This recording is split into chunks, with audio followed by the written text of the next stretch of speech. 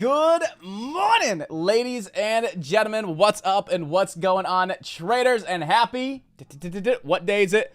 Hump Day! My favorite day of the week. How we all doing today, guys and girls? I hope you're having a wonderful Wednesday, and I hope you guys are excited to be back, ready tongue twisted, ready and excited, here we go, to attack this day to lock in some big time profits and make it happen with the best trading team out there, because you guys make it the best. So again, good morning, happy Wednesday. It is October 5th, 2022, 9:02 in the market, and we definitely have some opportunity for today, ladies and gentlemen, all right? There's a lot of scattered volume, there's a lot of scattered movement, but we've broken this down and we've dissected and identified our top 2 stocks for today that have the absolute best potential to rip and run and provide us with the best opportunity to lock in some big time profits. So, we're getting the big old good mornings already.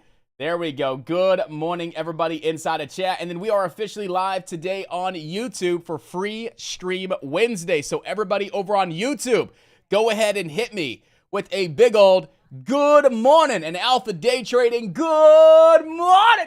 How are we all doing today? How are we feeling? Are we ready to attack this day? Are we excited to be here? Because ladies and gentlemen, I'm excited to be here. I'm excited to be back, and I am excited, so excited to work with each and every one of you. We got Danny over on YouTube. Crypto Mining, what's up?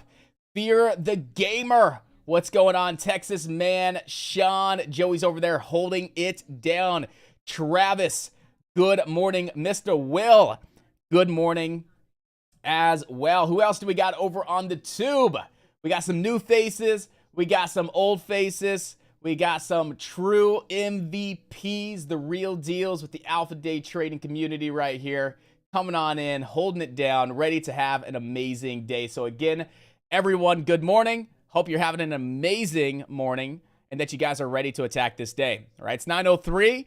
We have just about 24 minutes until that opening bell. So let's talk about what we have going on for the day, where the best opportunity is, and where we could look to lock in some profits. Matthew Norris, we got a new face over there. Let's welcome Matthew over to YouTube for our Free Stream Wednesday. You're definitely going to enjoy it. If you guys have any questions whatsoever, let me know. It's going to be an action-packed day, an educational-packed day. We're going to have some fun. We're going to make it happen, and hopefully the market gives us some amazing trades to where you guys can lock in some amazing profits. Keith, good morning, boss. Good morning. All right. So we got 2 stocks today that really have our focus and really have our attention right now. It's super simple. It's easy. 2 stocks, guys. All right. Number 1, it's not our number 1, but it's the one we're going to talk about first. There's only 2 top stocks I want to be watching right at 9:30, and PEGY is one of them. All right. So what's going on here with PEGY?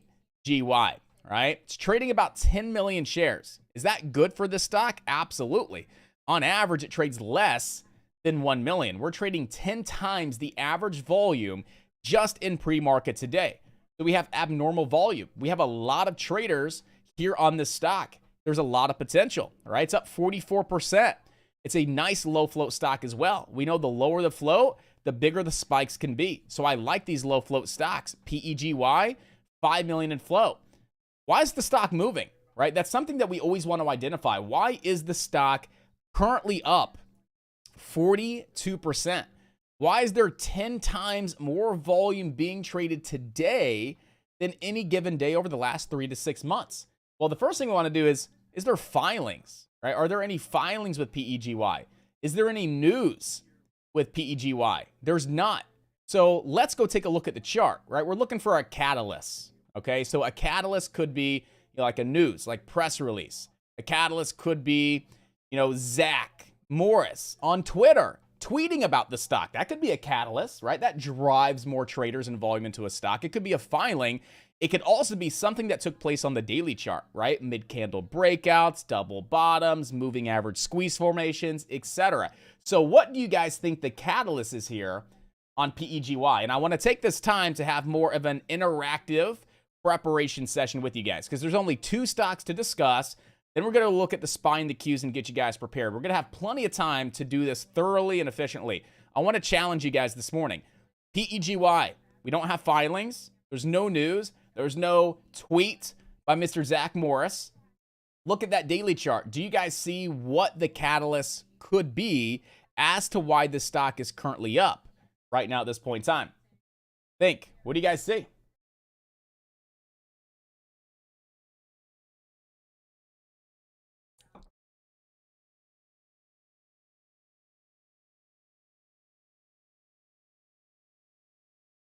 Take a guess if you have to. Guess, right? Take the initiative. Guess if you have to. What do you guys think that catalyst is? I know what it is, but I want to see if you guys know. I want to know if I'm doing my job right, okay? Take a look at that daily chart. Do we see a catalyst? What could that catalyst possibly be here on PEGY?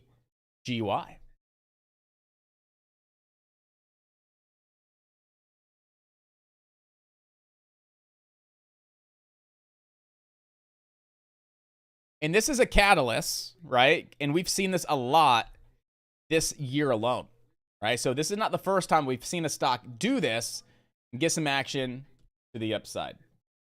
Dead cat bounce, very close, very close. I would say, yeah, that's spot on, all right?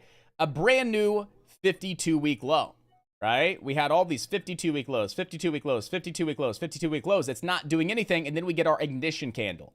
The candle that ignites a move off a 52-week low. So in a sense, a dead cat bounce. Absolutely. We've seen that a lot this year, right? You see reports that come out all the time. Stocks that just hit 52-week lows.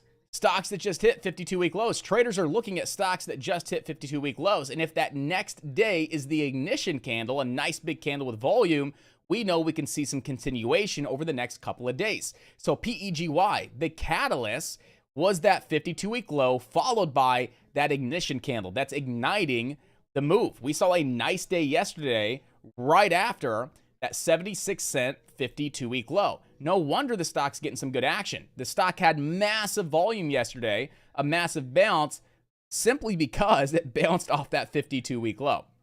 Right? They also had a filing on October 3rd, an 8K filing, but that's not what really got this thing going. A lot of traders seeing that report that we just noticed that the stock hit a new 52-week low, and now traders are jumping on in. Right? So that would be, in a sense, a catalyst, in a sense, the dead cat bounce. Right? And we've talked about this over the last couple of weeks because we've been seeing this quite a bit in the market over the past few months.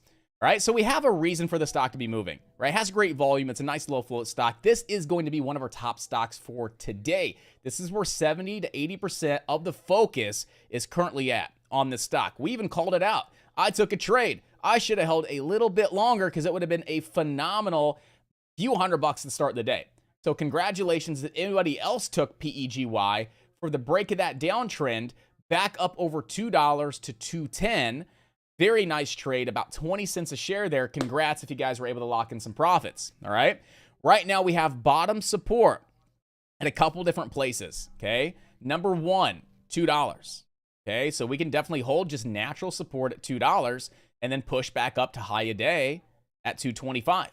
Okay, if we ever break over 225, we could definitely look to take this long for a pre-market high break, maybe a gap and go over those pre-market highs of 225 up to 246. Now, why 246? Well, it's the 50-day moving average at 246. So your resistance level is going to be between 246, that's your 50-day moving average, and then 250, because it's just a natural level of resistance. We ever see PEGY breaking that 246 to 250 region, we have great potential.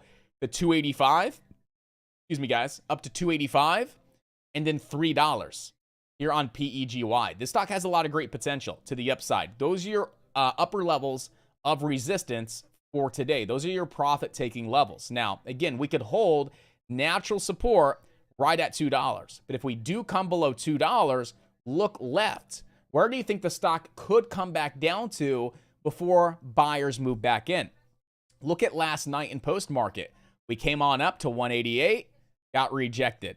188, got rejected. All right, so old resistance could turn new support, and we actually see that. We get a false breakout over 188, but we get the resumption, right? The regain. So we broke 188, we failed to hold it, regained it instantaneously, put in our higher low, and we pushed off that higher low, and that was our trade here in pre-market. Was the stock regaining 188 after the false breakout that gave us a higher low formation above VWAP, above 188 support with the break of the downtrend. Fantastic volume moving on in. So if we cannot hold VWAP and $2, 188 is going to be a very nice level of support for PEGY. All right, so 188 support. Really don't want to see it drop below that level. Okay, ideally, we don't want to see that take place. Ideally, $2 looks great as well as a potential level of natural support. All right, 225 resistance.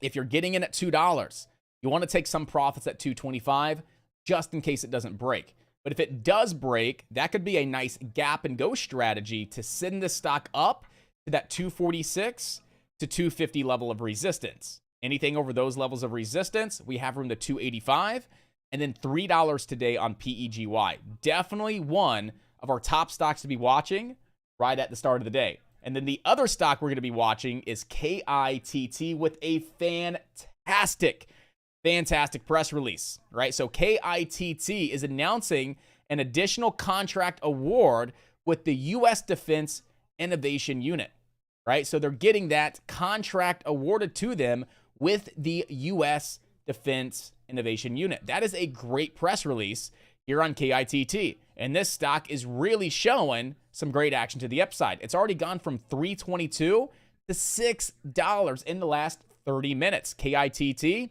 trading 6 million shares on average, less than 1 million. We're trading almost 10 times the average volume. Another million shares, we'll be trading 10x. Great abnormal volume, unusual volume. Again, based on that amazing press release.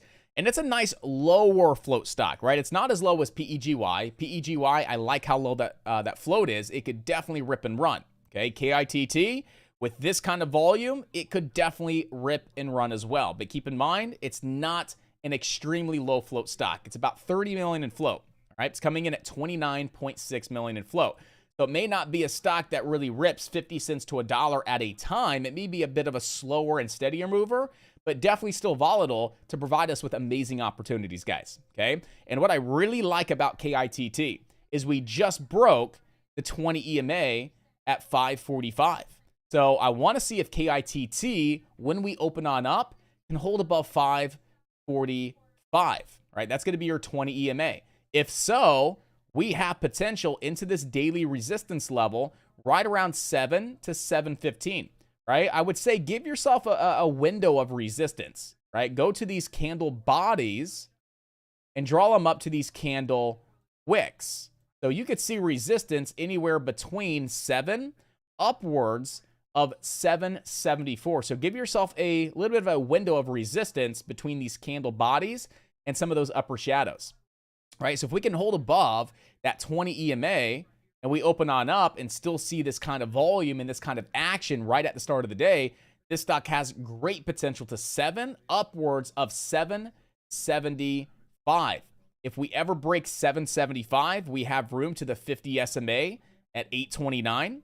If we ever break 829, we have potential to spike on up towards around $9 today here on KITT, guys. So those are going to be your overhead levels of resistance at this point in time. Now, what if we open on up and come cracking below that 20 EMA? Well, that's okay. We could still come down and hold above $5 support, right? $5 is a very strong level of support or resistance for penny stocks. So $5 is going to be a great area to see this hold above.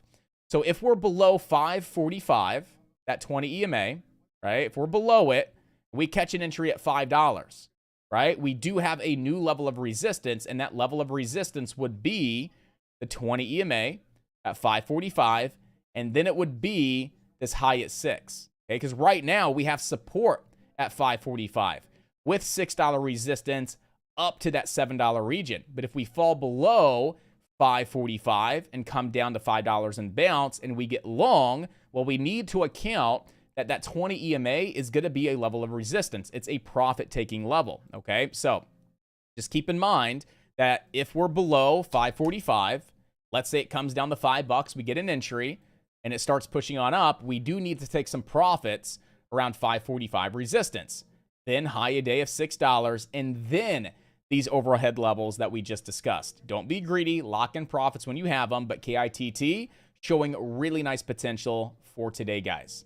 Now, other than that, we got a lot of back burners, right? AERC, before anyone asks, AERC, back burner. TOPS, back burner. FNGR, back burner. Okay, we will watch these periodically throughout the day. They start to get some real good volume. They start to look predictable. They're clean. They're consistent. And KITT is not doing anything. And maybe PEGY has lost its action. Well, AERC could be a stock that gets some action. TOPS could be a stock that gets some action like it did yesterday. And so could FNGR. But at this point in time, KITT looks fantastic to be watching this one right at 9:30. And so does PEGY, guys, right? So remove the distractions, eliminate the noise, focus on the 1 or 2, 3 stocks that have 80% of the focus in the market. And it's very clear that PEGY and KITT have the most attention, have the most volume, has 80% of the focus in the market at this point in time. That's why we're going to be focused on those stocks as well right at the start of the day, guys. Right now, I want to give you guys a little bit of a sleeper play, right? A little bit of a back burner sleeper play day trade opportunity that could transition into a wonderful swing trade. You guys want to know what it is? You guys excited? You guys like day trades that can turn into swing trades? Those back burner sleepers? Because I tell you what, I like some back burner sleepers. BBAI, guys. All right, so I'm really liking this daily formation on BBAI. What do we have here?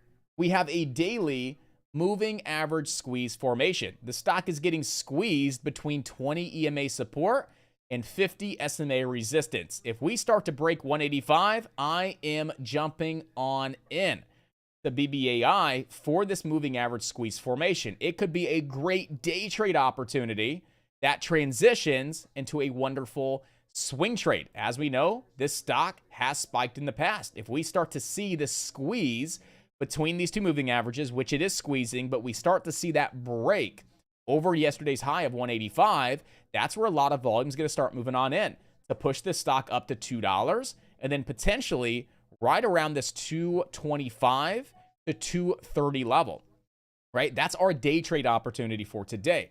But let's say we get in, comes up to 2, we lock in a little bit of profits. Up towards around that 225 to 230, we're locking in some more profits. And the stock goes 250, 255, and it's closing strong.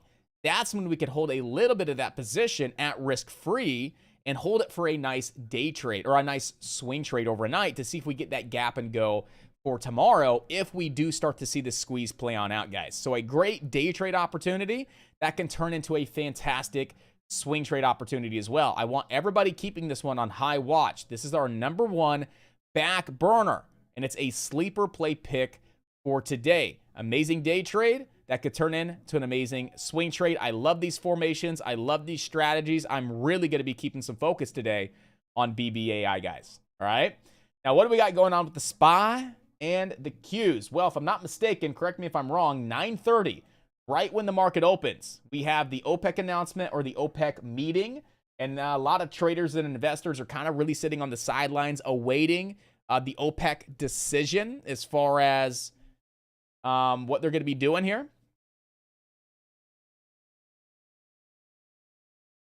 I know we have 10 o'clock data, but I wasn't exactly sure on OPEC today.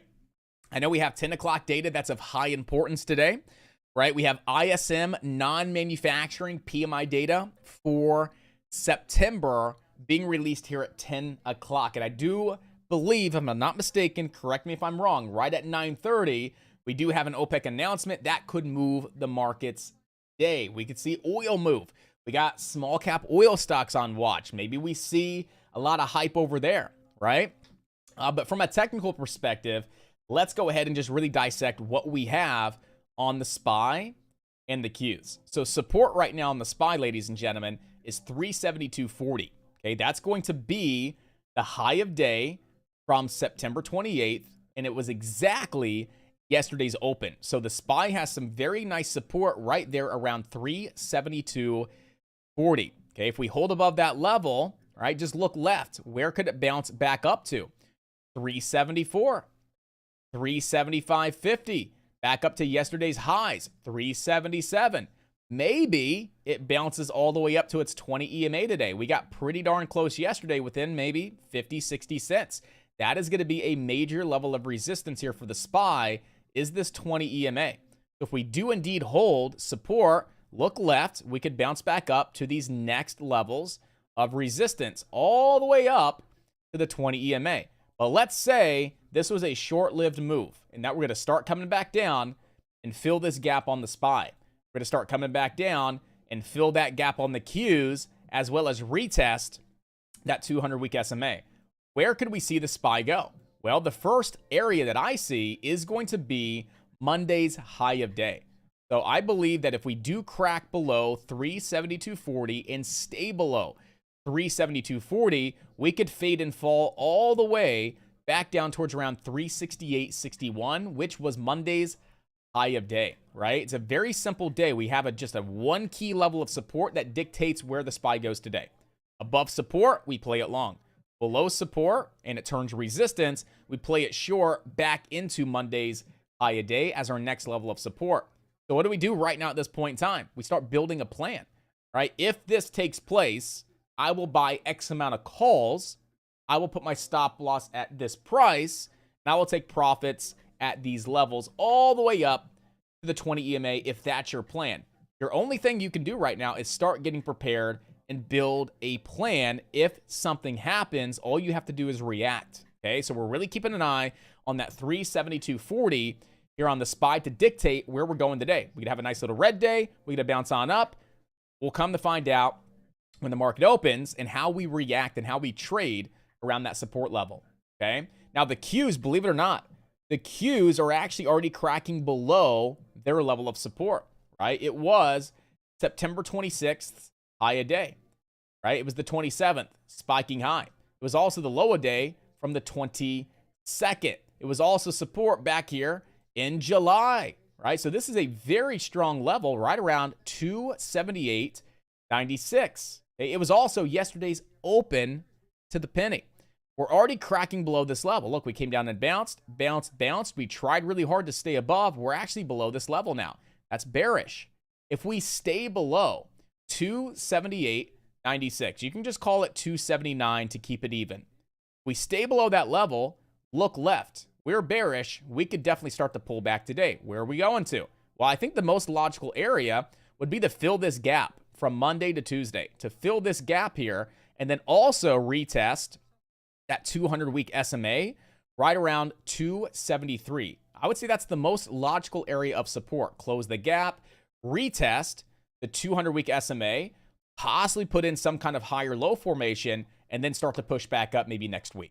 That would make a lot of sense, but I'm not trying to predict what's going to happen next week. I just like to get an idea of what could take place if this happens. I'm I'm already one step ahead, and I know how I would trade it if that actually does happen. Okay, that would be a really nice low, right? Lower low, higher low. That would give us a short-term inverse head and shoulders formation here on the Qs.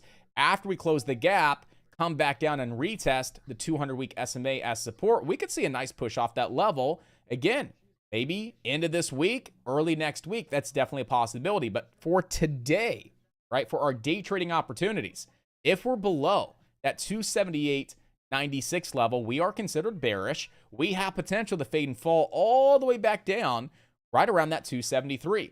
But let's say we regain that 278.96. Let's say the market opens and we go, boop, we pop on up to 280. We come back down and we see that it's holding above 278.96. Guess what? We're bullish again. We take it long. Where do we take it long to?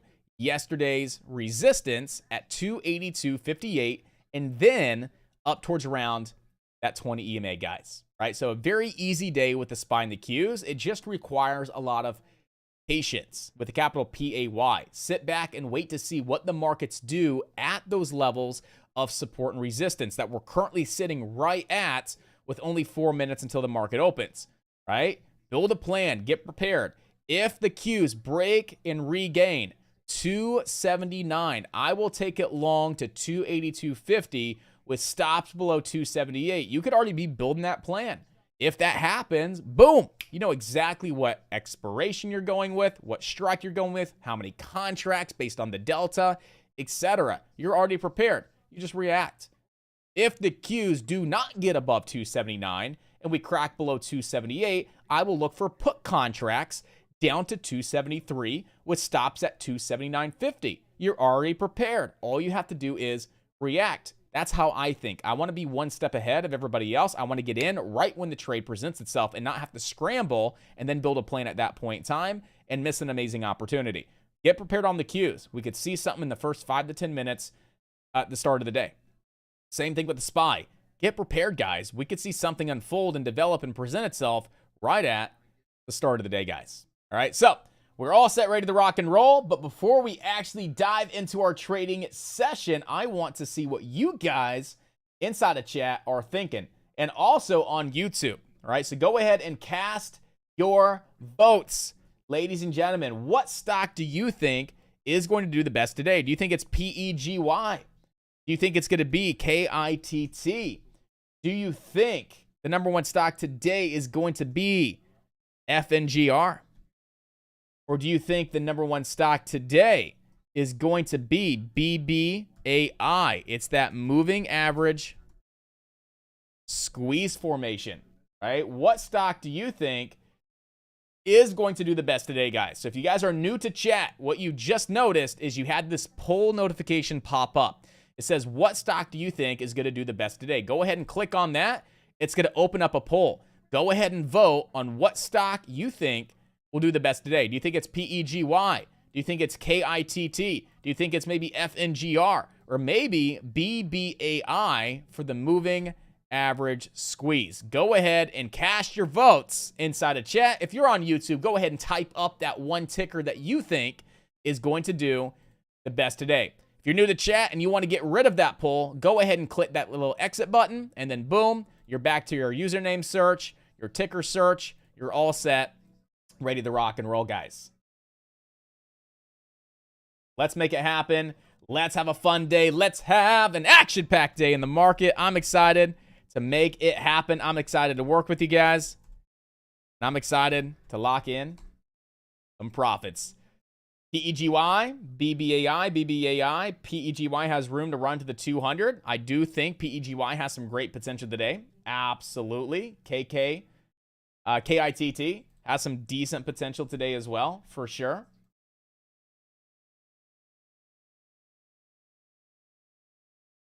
For sure.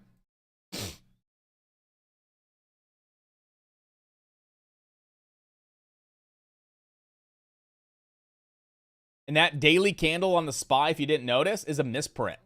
The SPY didn't have a lower shadow like that yesterday. The SPY never came down to 368 yesterday. That's a misprint. That candle's not accurate. So there is a gap there. It looks like the gap was closed and it bounced. That's negative. That is not a legitimate candle there. Right, look at the SPY. The low of day was 372 yesterday. We got a lower shadow daily candle at 367. That candle is not correct.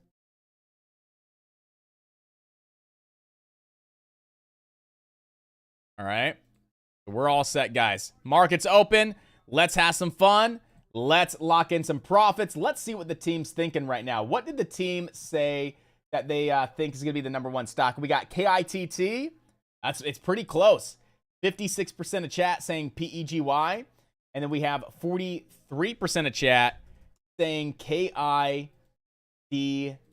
So it's a little bit of a mixture there. All right. It's okay. It's all good. Let's make it happen. Let's have some fun, team. All right, we're going to go. Still watching BBAI. Absolutely.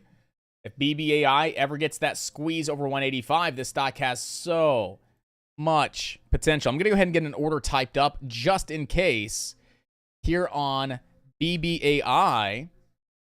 Just in case we start to see that 185 break, I definitely want to make sure that we take advantage of it. Give me a second. I'm going to start typing up an order just in case. We know we have a 225-ish target. We'd want to put stop losses at maybe 170.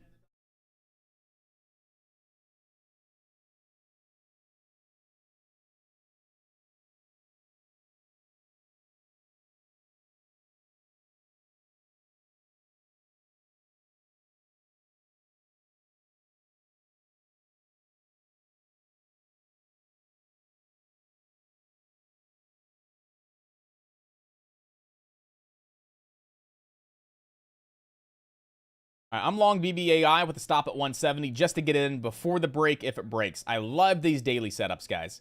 I love these daily setups. I love these moving average squeeze formations. Again, good day trade. That can turn into a nice swing trade up to $2, then 225. I got in right there at 178. I got a stop loss in the system at 170 with an upper sell target of 225. If it breaks 185, it could definitely take off. I'm willing to risk 8 cents to get in now. To not get in at 190 and have to risk 20 cents. Right? I'm going to risk 8 cents to not say get in late at 190 and risk 20 cents. I do see the potential. I love this daily chart formation. And if it breaks, it goes. If it doesn't break, it's worth the risk for me. It's worth the risk for me if it doesn't break. But if it breaks, I want to be in sooner than later. That thing could really start taking on off. Right now, BBAI, I do have a position here on my Fidelity account. I do want to see if we start to get that pop here. It's got to break 185 with ease. Just go flip. Just squeeze that 185 and take on off. Right? That's going to be that break that gets that moving average squeeze going here on the daily chart. You probably have a little bit of profit taking at 185. Common. But let's see if buyers can overpower the sellers here and really start to push this thing on up to 2. And then right there around that 225 region.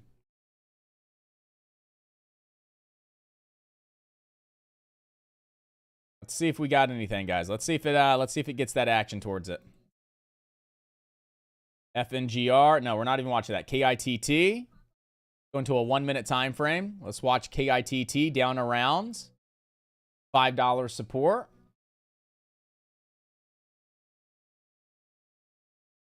Let's watch PEGY maybe back down around $2 support at this point in time. We got oil stocks doing well. Yeah, we got our small cap oil stocks doing well. It's going to be stocks like INDO, INPP, CEI, HUSA. So we do have these small cap oil stocks really getting some action at this point in time. I guess we're going to kind of just switch up what we're paying attention to right now. Right? We were watching, PEGY, which still has great potential over 225 to 246 and then 250. And hey, KITC still has great potential as well. We do not want to discredit these. They have fantastic opportunity, but we do have these small cap oil stocks really taking on off. And we know that when these move, oh boy, they move. So INDO, you'd have $10 resistance here on INDO. $8.58 support on INDO. I won't be trading IMPP. It's just too slow of a mover. CEI, wouldn't trade that, but HUSA definitely. HUSA is a nice one. When it moves, it definitely moves. We have room to 5 and 550. You're on HUSA. So let's go add HUSA to the watch list. INDO to the watch list. We're going to take some of these off. We're going to take FNGR off, clean it up. We're going to take TOPS off, clean it up. AERC, clean it up.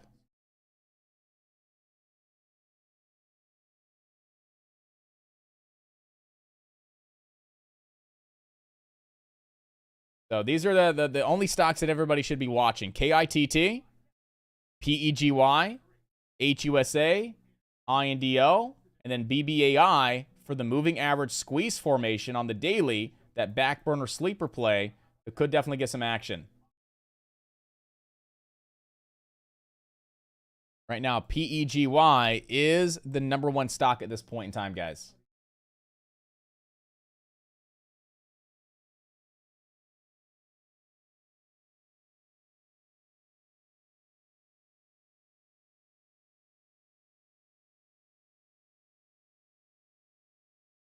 INDO's is live now.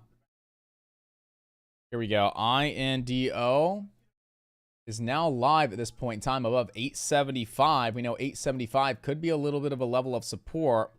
We do have that 858 level as well here on INDO.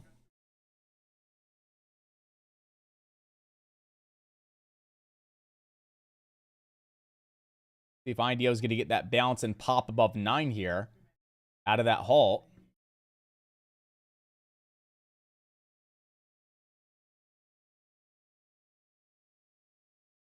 Nice break, nice retest. Looking to see a buyer start moving back in above, this 870, 875 level. We have that support at 858. There's 858. Now it needs to bounce and squeeze. Now it needs to bounce and squeeze here on INDO. If it's going to pop, it's going to pop. If it's not, it's going to crack on down below 850. Want to see that bounce and that hold of that 858 level and start to see it squeeze back up over 9. Below 850, it's dead. It's going to dump and probably halt to the downside below 850.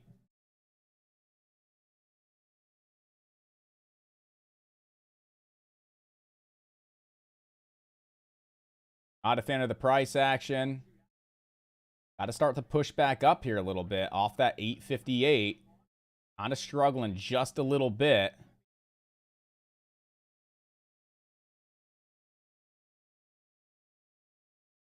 Got to push right here, right now. If this thing's going to pop, if this is going to hold 858, it needs to actually bounce right here on this candle right now. If not, I'm getting out. Don't like the price action. It was a nice squeeze on up into the halt, pulling back into that pre-market high, trying to get that bounce at 858. Not getting that bounce, not getting that pop. Definitely worth the go, though, on INDO. Looking for that nice big squeeze on up. Nice pullback, nice retracement right into that pre-market high. Entry wasn't the best, but managed the risk. And again, we can walk away from that. Feel good about it, too. Back over to the stocks that really have the potential, right? Let's wait for INDO to kind of calm down, make sure it's actually going to move today and it's not just some overreaction, right? Make sure HUSA is sustainable as well and that it's not some overreaction.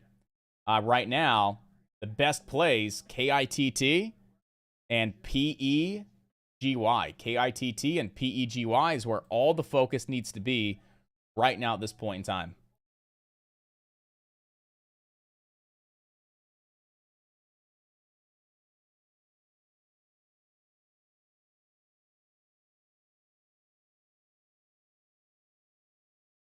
There's PEGY right at one of our first targets. That was 246. That was 246. And now our support levels back down at 224. So again, our support level right now is back down at $2.24 here on PEGY.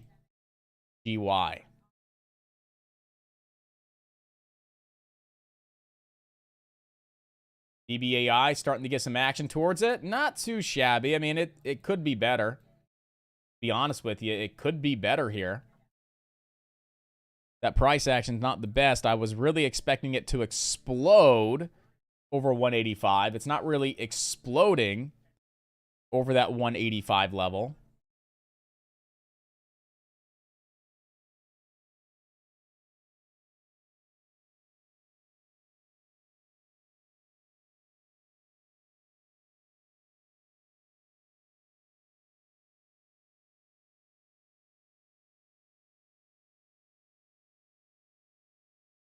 Let's see.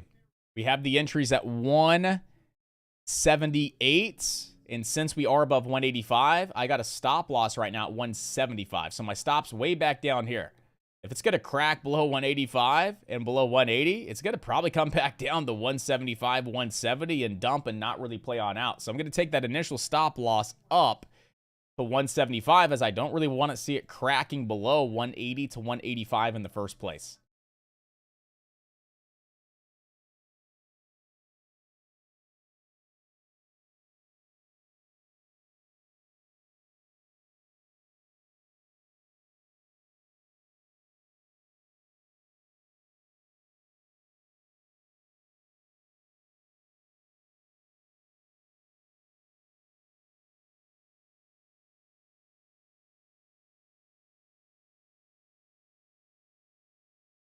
Got a little bit of that head and shoulders formation on INDO. A little bit of that left shoulder, head, right shoulder on INDO.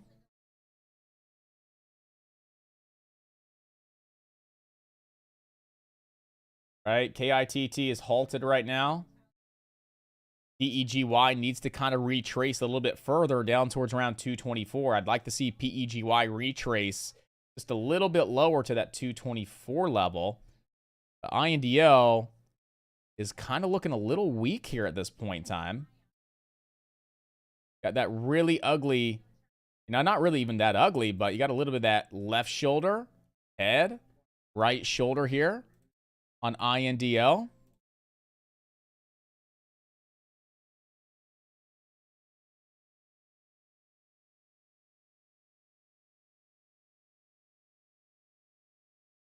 If it's going to start cracking on down below that 830 mark, back down to like 8.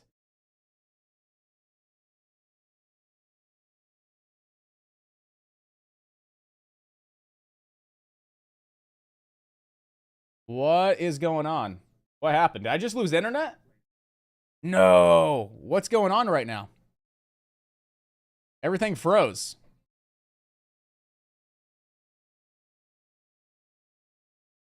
Oh, they're having routing issues. No, that's not good. And were he still live inside the chat?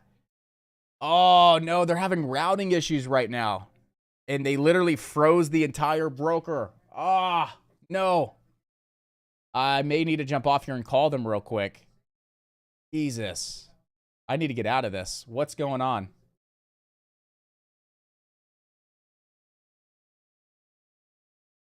Yeah, I need to make a phone call real quick. Because I am completely locked out of my account. Got an 833 short entry. Yeah, give me 1 second. I need to make a quick phone call. I got to call my broker. 1 sec.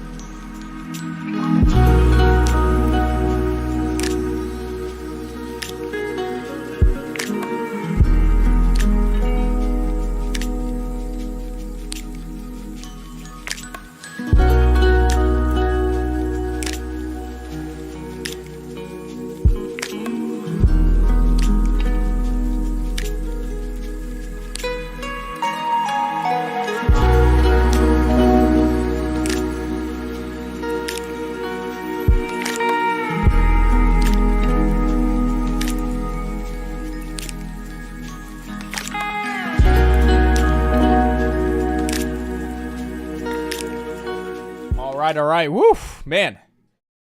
That took a minute to get on get on a call with them. That took way too long. I was a little nervous there, but we're good to go.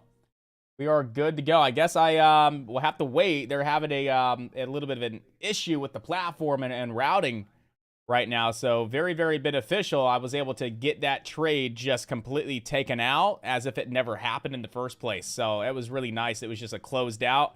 Don't know what it was closed out at, but due to the issue, we just went ahead and it was closed out, and it was just, it vanished, I guess. I don't know, but they're good. They're good when it comes to issues, and they accept the issues, and they know the issues. So that's nice. But I don't know when that issue will be fixed. So for now, I'll just be over on my Fidelity account, and I'll pull over my P&L box and all that good stuff so you guys can see it. All right.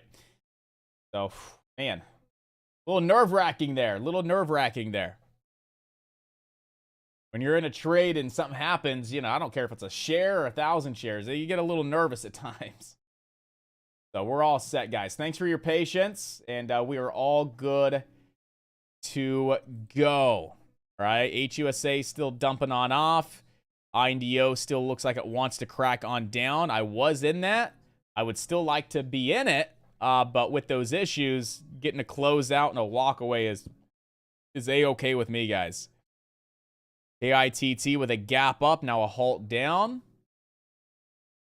PEGY, a little bit of this head and shoulders formation, looking like it's going to start forming here.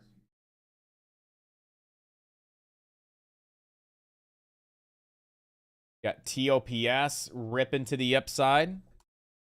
Are there any other shipping stocks? All right, any other shipping companies right now at this point in time, shippers that are getting any kind of action? When we get TOPS, that starts to squeeze and it leads. Sometimes we have GLBS move as well. Look at GLBS. It's starting to get a little bit of action towards it. USEA. Right, is there anything here? Not at this point in time. How about PXS? That's another shipper. Nothing happening there. GRIN. Anything here? No. ESEA is another popular one. Nothing. So TOPS is really doing its own thing. And TOPS is still getting some decent action to the upside, guys. We have some great potential up towards around 844 here on TOPS. This stock was halted at 949.05. So we should be live at 954.05. So about 3 minutes until we're live here. Man, I wish that didn't happen on INDO. That's unfortunate. That was a really nice trade. That could have definitely paid a couple of $100 there. That's it's pretty unfortunate, but it is what it is. Rather walk away, knowing I did the right thing, take the offer as it stood, and we're all good. So, not really seeing too much with the small cap oil stocks at this point in time, guys. The only plays right now that really stand out to me, we want to watch PEGY. We do have this head and shoulders formation. So we don't want to be going long at this point in time unless it breaks over 250 and doesn't validate this head and shoulders formation. But we have a little bit of that head and shoulders formation here over on PEGY. So we kind of want to be mindful about that. Again, KITT is now halted to the downside. We have support down around 509. And then we want to be watching TOPS when this resumes out of the halt.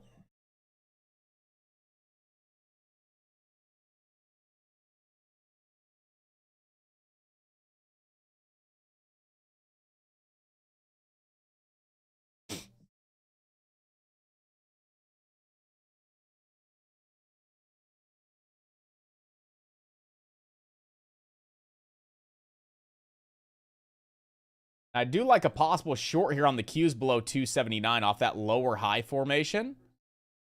Off that lower high here on the Qs. Not a bad looking possible short opportunity there on the Qs.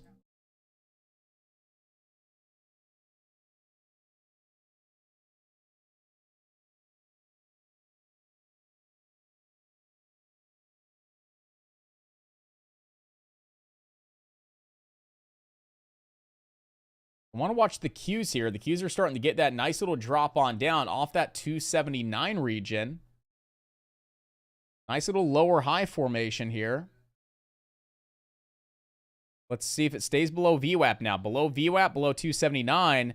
Nice little lower high rejection off 279 resistance. Definitely looks like it could start to possibly drop on off a little bit more at this point in time. High watch on the cues for this lower high rejection back down to 278.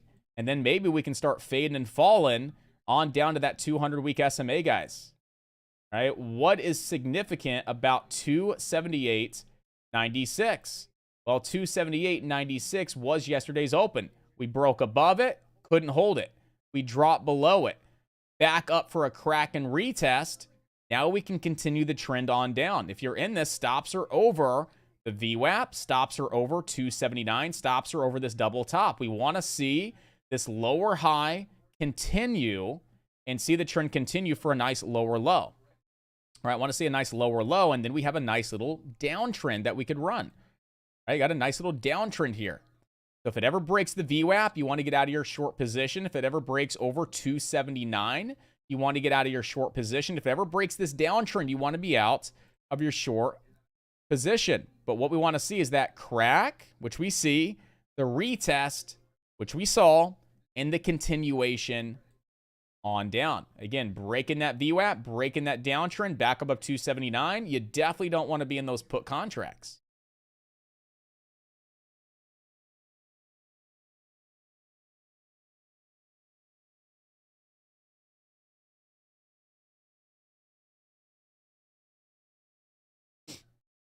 So I'm holding 5 of those right now at this point in time at an average cost of 522. We're going out 7 days at a 279 strike. So I wanted to play right in the money below that 279. And looking to see if we can drop a little bit further here.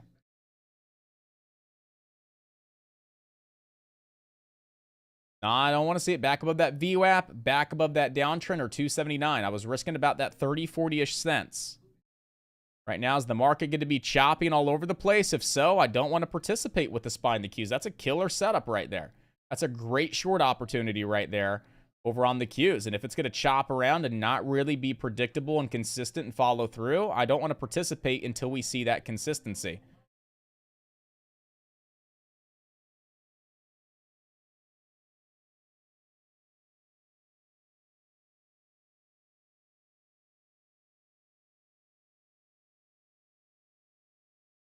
Want to see that drop on off here.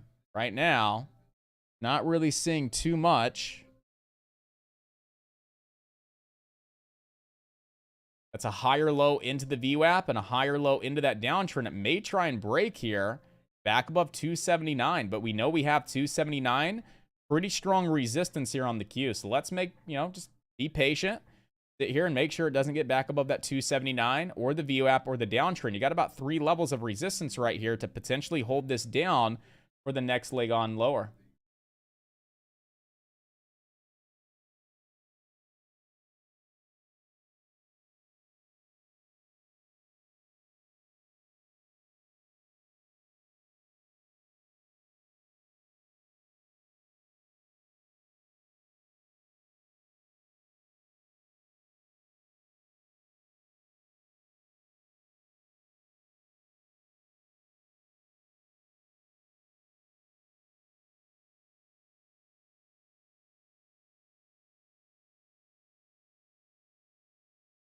We need a crack below 278 in order to stay in this trade. If we start piercing through the downtrend in the VWAP, you're probably going to push above 279 anyway.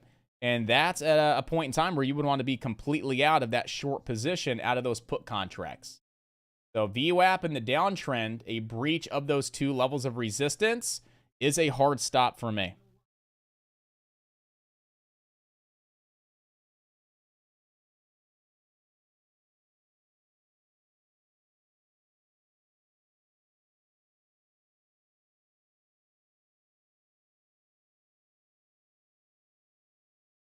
I'm watching this very closely right now because over the next 1 to 2 minutes, it's definitely going to make a decision. Either A, we're good to go to continue to ride those put contracts on down, or B, we need to get out of this just in case it breaks. Because if it breaks, it's going to squeeze. And if it squeezes, those contracts go bye-bye really quick. So, continue to keep this one on watch. Running a nice tight stop loss here.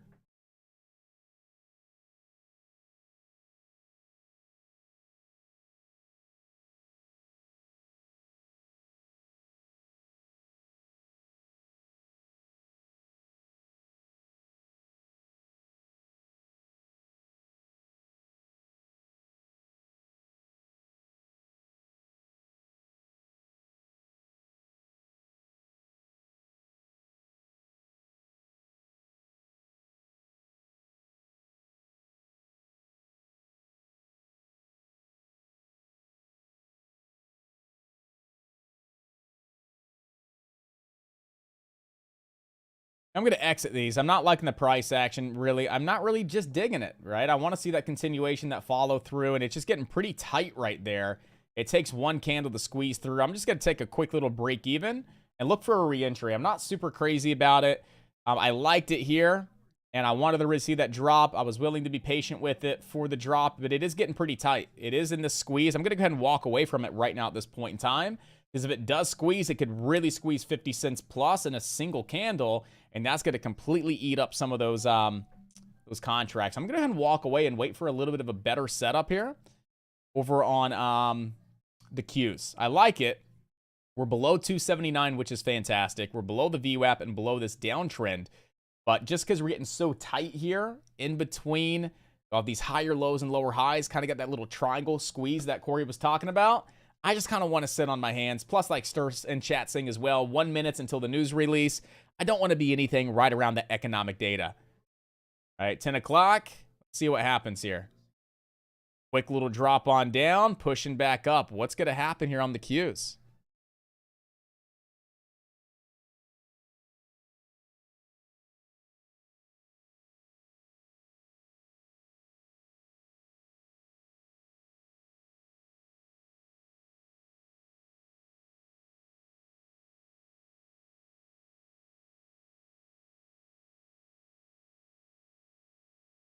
Looks like we want to drop a little bit here. Yeah, we're definitely dropping.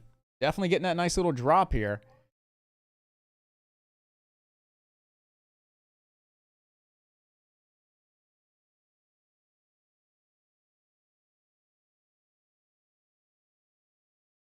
Go ahead and take a little bit of profit. I did jump back in on that crack. Go ahead and take a little bit more here. Let's go ahead and go back down to 3. Done. Back into the 279. We're going to sell the close. We'll go 3 because that's how many we have left. Market. And we're good. It's not even updating right now. That is the weirdest thing, guys. That is the oddest thing. That Fidelity does not update your orders quick enough. I don't even know that I'm in one unless I'm looking at my order book, which is really unfortunate. Really unfortunate. I'm still holding 3 of these put contracts, and I want to see if we continue to drop on down. Does that happen with you as well, Corey? You have a position, you close it, you get right back in maybe a minute later, and you don't even see the position in your positions box. You don't even see on the options chain that you have any contracts. You look like it's a ghost. So weird. Like, the only way I know that I'm actually in this short position is because I can see on my order book that I got filled at 539 for 5 contracts. I sold 2 of those at 569, and I'm still holding 3 of those, and the current bid is at 568. So that's the only way I know, but the platform itself doesn't even show me that I'm in a position right now, which is so odd, and it can be so frustrating at times.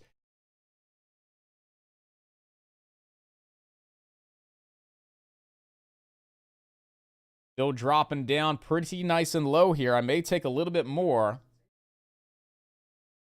We're getting really rocked here. Let's take 2 more here. Got filled, and I got 1 left. I'm going to leave 1 as a runner at break even. I'm going to put a stop in. I got 1 as a runner at break even. So I'm going to go to my 279. We're going to go sell to close 1 of these. We're going to limit that at the cost basis. And I got filled at 5.39. I got filled at 5.39. So sell the close. I have one runner on the table. The 279 put contract going 7 days out. We're going to put a stop in the system at 5.40. Stop at 5.40. I was filled at 5.39. We're going to go ahead and place that in. And now we have a nice little stop. So I like to be completely open, honest, transparent with you guys. I'm going to go ahead and pop this window out. Hopefully it doesn't crash my computer like last time. But here are all my entries. Okay, so here's my entries and everything for today through my Fidelity account. As I opened that 1,500 share position on BBAI at 178, I have adjusted my stop loss periodically. So my stop loss right now at this point in time is at 178. My cost basis is at 178 with 1,500 shares. My profit taking level here is a limit at 225 with an OCO order. As you can see, we're up to like 194 at this point in time. Currently up around $300 on this trade. All right. And I'm still holding this with a stop loss now at break even, looking for BBAI to get that break over two up to that 225. And that's where I'm going to look to lock in some profits. Okay. I was in those Q puts at 522. I got out right ahead of that 10 o'clock release, and I wasn't really crazy about the price action. 10 o'clock release came out. We start to see selling price action. I jumped back into those. I should have just held them, but I wanted to do the right thing. So I did the right thing, and I got out for a very small loss of $30. We start to see that selling price action, still looking bearish, still matching my plan and my thesis. I jumped back in with those 5 contracts at 539, took 2 at 569, took another 2 at 584, and I'm still holding one of these as a runner with a 540 stop loss in the system for a runner to see how low we could possibly go, and we're running a 279 put contract that expires in 7 days. So those are my current trades for the day. If I closed out of everything, I'd be up $400 on this account, which is not bad. Especially since my main account's not working. Hey, we can make a couple bucks here. That's all good. You got a couple option trades. Got a nice little BBAI position. It all worked out for the best. And I'm going to continue to hold that Q put as a runner to see if we're going to continue to tank and drop today. I see potential back down towards around 275. 275.28 here on the Qs, guys, which is going to be these spiking highs. 275.17, actually. 275.17 is where I'll probably lock in some profits, or I'll probably take that runner. So we got another 2 points to the downside. So you don't even look at anything else. Gotcha. You just look at that. You're in, your cost base. You see the bid. That's all you look at. Fantastic. It just throws me off because it doesn't show it anywhere else. It takes forever to update.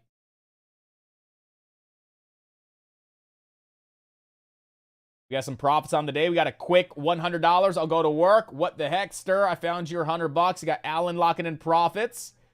You got Stir locking in 190 on the day. You got Skylar coming in, locking in a quick $100. You got Johnny locking in $97 on PEGY. Good job, good job. Well done. I know we made a quick transition from penny stocks on over to options. But that's how quick things change in the market. When I see an opportunity, guys, I want to attack that opportunity. Nice crack and retest of that 279 resistance. Remember, this morning, the Qs, 279 is a make or break. We broke above, we failed. We cracked back below it. We retested it. Also below the VWAP. Now below this downtrend and below the VWAP as well. What a nice short entry. Nice tight stops over that level of resistance. Looking for that continuation leg down, which we got. When I see an opportunity, I don't care what else is happening. I see an opportunity, I want to jump on top of it, be able to lock in some profits. And right there, we were able to lock in some very nice profits on those Q option contracts.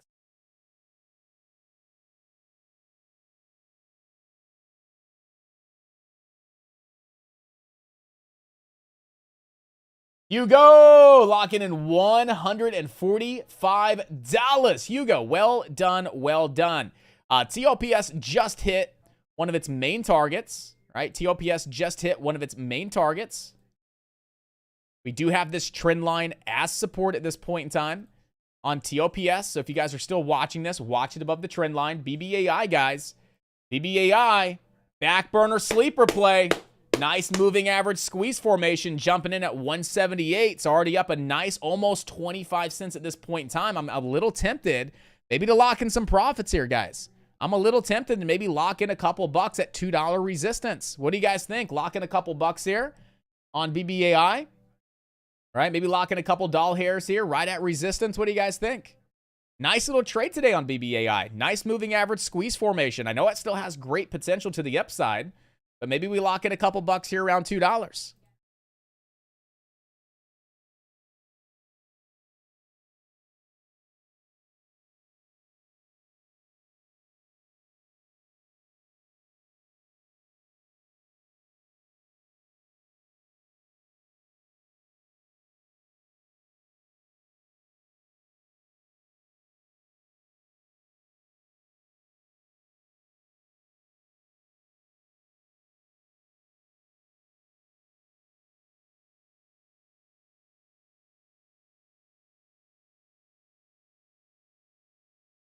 Gonna lock in a little bit of profits here. If we come back into that 199, right? If we see it come down the 199, we're gonna lock in a couple bucks here, guys. Nice little trade. Nice play, and we're risking 8 cents out of the gate, right? Getting in at 178 with a 170 stop loss. We had an 8-cent risk on that trade. 8 cents, right? Not too shabby. And we're already up 25 cents, give or take a share. What is that? That's a 3-to-1 setup. Definitely put yourself in a position to lock in some profits. You're at a 3-to-1. And at that point in time, when it broke 185, you were risk-free on the trade. So at this point in time, you're just purely profit with a stop at break even, and you're up 3x what you were willing to lose on the trade. That's a profit-taking level. Now you hold a little bit more as a runner if you'd like. Anybody else grab some BBAI? Now you got to lock in profits, guys. It was a trick question. Do I lock in profits or do I hold it forever? No. I love the setup. I love the strategy. It was my #1 back burner sleeper pick of the day. I absolutely love it. It was a trick question. When you're up 3-to-1, for me anyway, guys, I lock in profits. I'm not greedy by any means. I'm going to lock in some profits and definitely go risk-free and let the rest ride.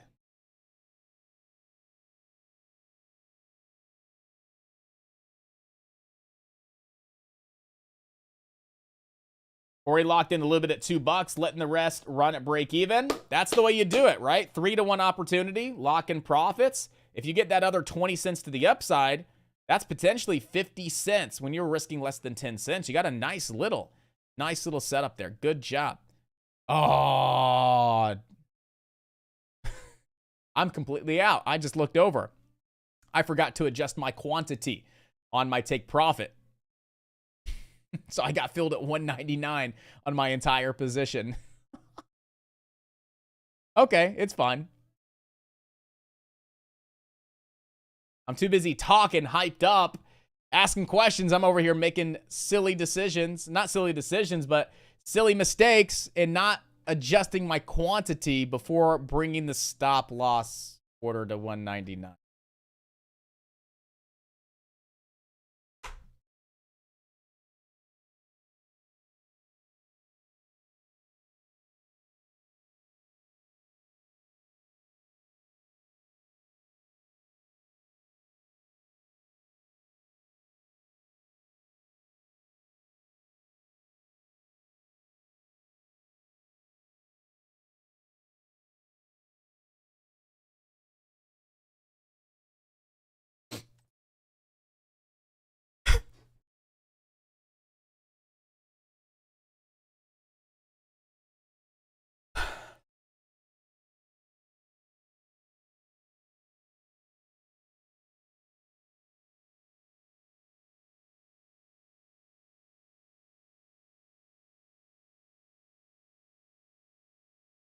My wife just asked if I was okay. She hears me crying a little bit.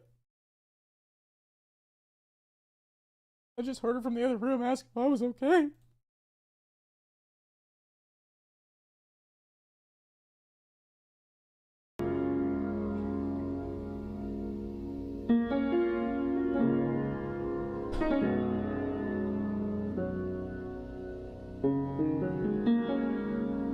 Don't think about it too much, too much, too much, too much. There's no need for us to rush it through. Don't think about it too much, Get it together. too Get it much, together, buddy. too much, too much. Okay, guys.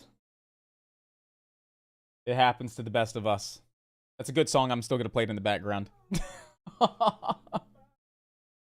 a great song. All right. Yeah, I'm completely out, but it's not a bad day. It's profitable. It's profitable. Despite the issues we had with the main account, we able to lock in some profits here today. So far, so good, guys. If you guys were able to lock in some profits as well, congratulations. Let's go ahead and pop that out for you guys. And again, I like to be transparent with you guys and just always let you know if I'm losing in the market, if I'm making in the market. And, you know, the last couple of weeks have been a fantastic couple of weeks. Nice bounce back after that disconnect. And I still have that one runner on the table on the Qs, and we got about 426 on the day so far. Not a bad day. Completely out of BBAI, unfortunately, and we were able to lock in a couple bucks there on the Qs, and let's keep adding to the bottom line, right? That's the goal here. Let's just keep adding to that bottom line and keep creeping on up in those profits, guys. Let's make it happen.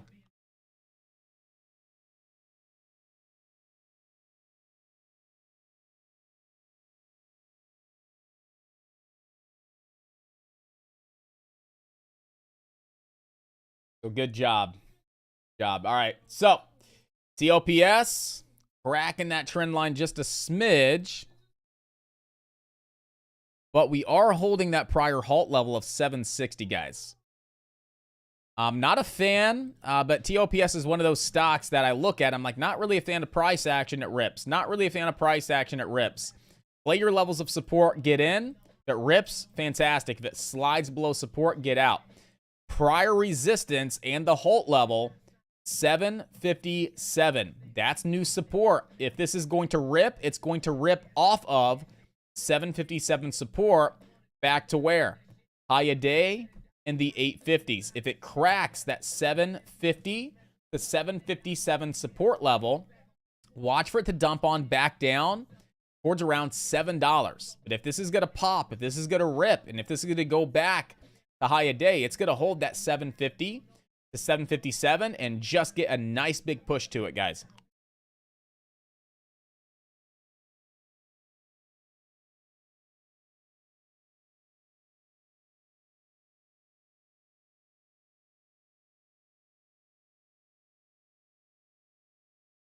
KITT, you know, still holding above that 509 level. We'll still keep it on watch.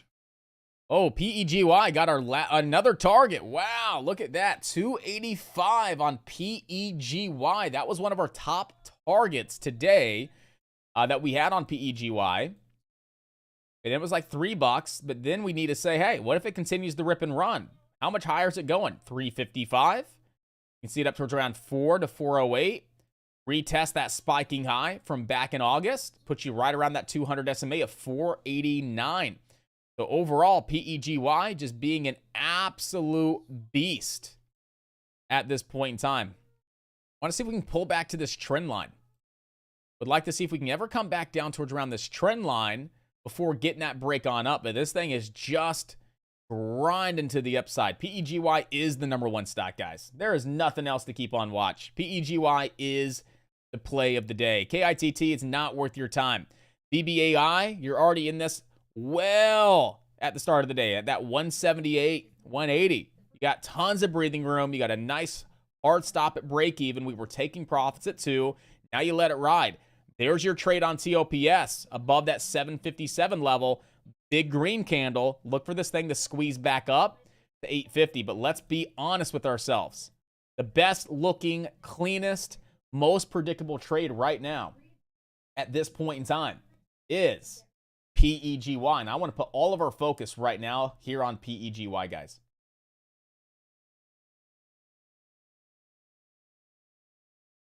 We still making new lows on the spine, the Qs. Oh, fantastic. Fantastic. Those put contracts are almost up a full dollar, which is about 20% at this point in time on those Q put contracts. I took the 7-day out, 279. So we got to open that up a little bit. 279.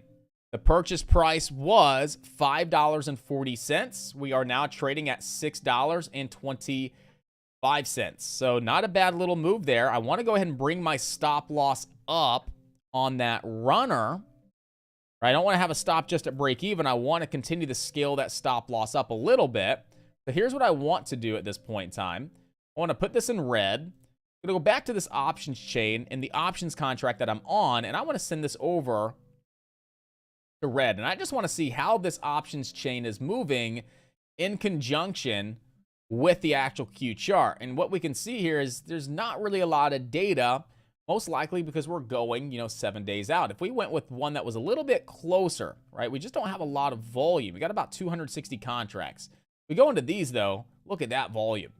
All right, look at that volume. We probably see a little bit more on that options chart. So it's going to be a little challenging to do anything based on the actual options chain chart when we actually graph those prices into candlesticks.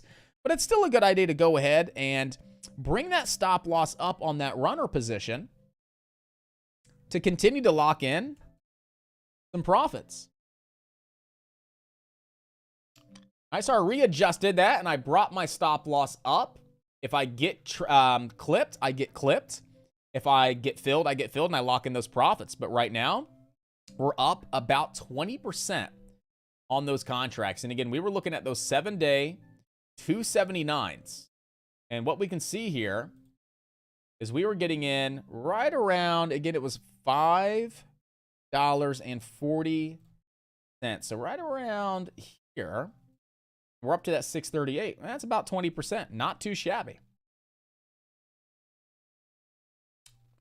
BBAI did okay, right? BBAI did really good, if you ask me. I mean, from the entry up to that $2 level, that was a nice little 13% move. That's not a bad little move, right? Not a bad little move there. And I like those formations. Again, this is a stock that could be a great day trade, which so far it was a pretty decent day trade that could 110% turn into a great swing trade up to 228. Then $3 here on BBAI.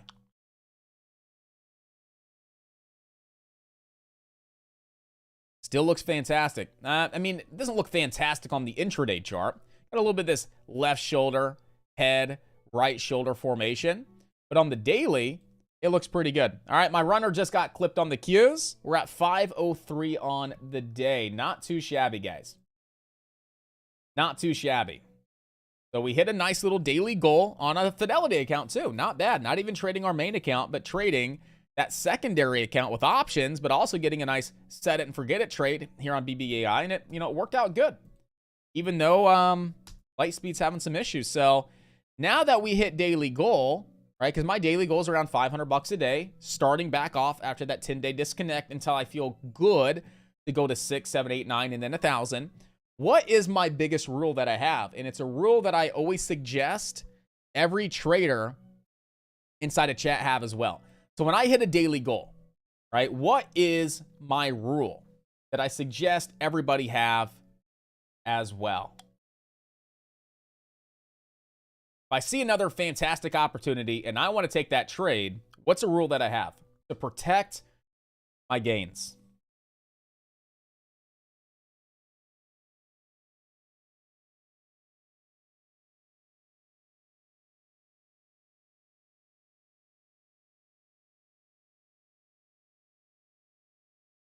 $10.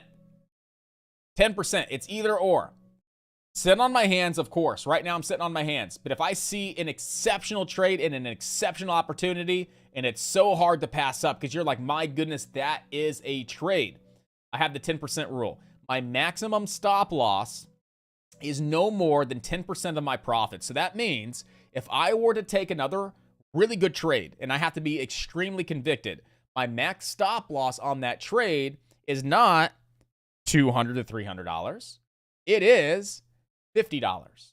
Okay. The first red trade I take at that 10% loss, that's when I call it quits and I'm done for the day. But let's say I take that next exceptional trade and it goes with me. I just added $100 to the bottom line, maybe $150. Wow. I see another great trade. I take it, only risking 10%. It's another green trade. I'm at $700 on the day. Now it's 10% risk. I take another trade. Boom. I'm at $800 on the day. And then that last trade is a red one. I take an $80 loss. I'm done for the day at that point. But if I hit winners and I'm on this streak and have a lot of momentum, I'll continue to take the best of the best trades, but my stop loss is no more than 10% of what I actually made on the day. And that's how I protect my gains, but still take trades if there's great opportunities in the market. It's a rule that I have. I mean, it's a rule that a lot of traders have liked. PEGY, guys. You could have some resistance here at $3, but you're just breaking and retesting. That's all this stock is doing, guys. Look at the break and the retest. The break and the retest. The break and the retest, right? Grinding that 9 EMA as well. Grinding that 20 EMA. If you guys are in this, you guys are good to go until the 9 EMA and the 20 EMA crack and fail. But you can continue to trade these breaks and retests. Break, wait for the retest, into that 9 EMA, get long. Break, take profits. Pull back for the retest, into the 9 EMA, get long. Break, scale out, take profits. Rinse and repeat. Simple break and retest, grinding that 9 EMA. A lot of great momentum here. A lot of great momentum here with PEGY.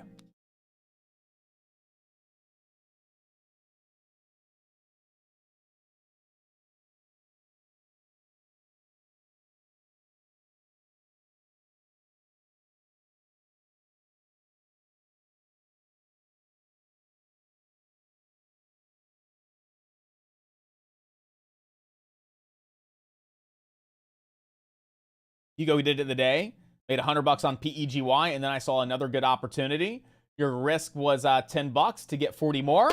That's great, yeah. And then if you would have taken that $10 loss, you're still walking away with $90 on the day.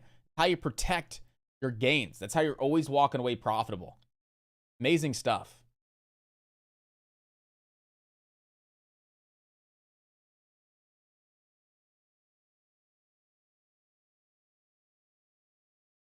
Okay, let's see if light speed has fixed themselves yet. I'm going to try and log back in.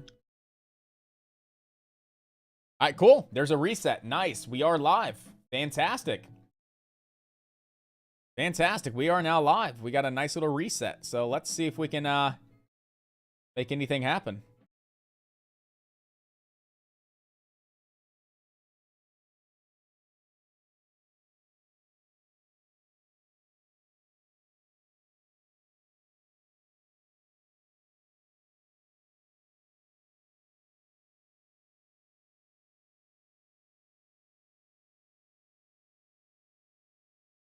Are you out of those Q puts? Yes. So my runner got clipped. Yes. So my runner did get clipped. They're at 630. So I was running a nice tight runner. Nice and tight. But yeah, I did get clipped right here. That's where it clipped me. I had a final target down here at 275.17, but I don't want to be greedy. I want to run a nice tight stop. We are losing some of that momentum to the downside. And it was up, 20%. Over $1 a contract, and I'll go ahead and take it. I was able to lock in a small little 192 on those contracts. I locked in a lot of profits quick, a little bit more, and then left that runner. FNGR doing a thing today? Yeah, FNGR trying to get some action. Absolutely. You're going to run into a level of resistance, though, guys. That's going to be yesterday's close. Support right now is going to be 650. So you got 650 support with 687 resistance. If you break over 687, you have potential to 778. You're on FNGR. Your top two plays right now, still PEGY at this point in time, but now you're starting to see a lot of great action here with FNGR. So now it's time to shift your focus over to FNGR here, guys.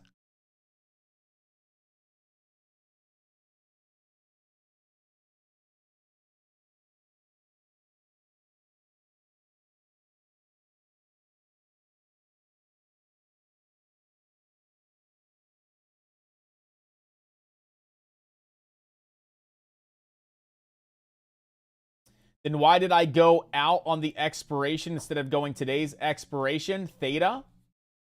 I've just noticed with a lot of trading that I've been doing with options personally is going out the next week.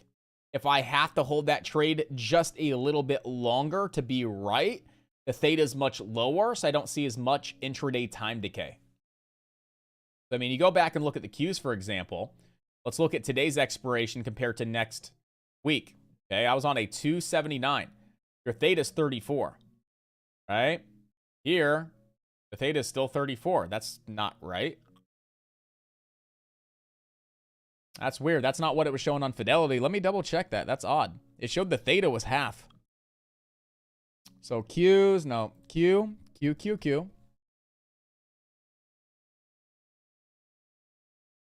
Go today's expiration.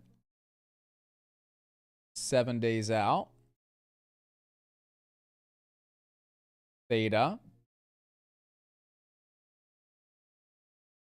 Huh.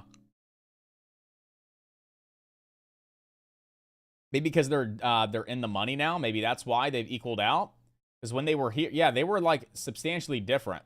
It was like 35 on the 7-day. And it was like over $1 intraday. But that's probably because it's been pushed into the money. That would make sense. You know, it's already dropped 2 points. You could see these that when they get into the money, the theta starts going down. So that would make sense now. So, but yeah, the theta was a lot less. So I can allow it to breathe a little bit and not have to worry about that intraday theta decay personally. And I've been liking going, you know, a week or two out trading those for some reason. I'm going in the money. I'm not going at the money or out of the money. I'm actually buying at least one strike into the money. I was buying a 279 put as the price was at 278. And it's just been working well for me. It depends, right? If it's a quick 1-minute trade, the theta is not going to make that big of an impact. Okay? If it's like a 1, 2, 3-minute trade, you won't see that much of an impact with theta. But let's say your trade plan was that to work out within a few minutes, but it's just kind of slowly taking its time, right? Over the course of 30 minutes, an hour, you will see the theta make a slight impact on those option contracts. Absolutely. 100%. 3 to 5 minutes, you won't see that much of an impact, right? If you're just scalping 3 to 5 minute trades, the theta is not going to make that much of an impact. But if it's going to be a longer duration trade, 30 minutes to an hour or more, you can and will absolutely see the theta decay those contracts. It may not be a lot, right? But you may notice a little bit of that theta decay. And like I said, just really personal preference. I've just been testing out daily expirations compared to the end of week, the following week, even going 14 days out.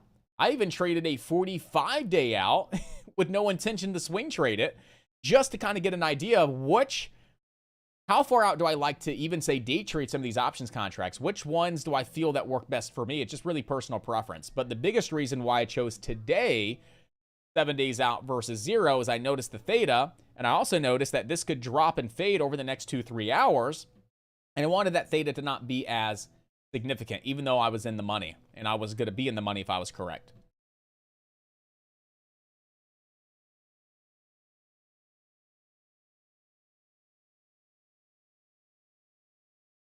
Absolutely. Yeah, I want to make sure there's no confusion, right? What we talk about in the video lessons library in the Ultimate Options course, and what we've talked as well, is really primarily, you know, those quick scalps, 3-5 minute trades, closest to expiration with a 30 delta.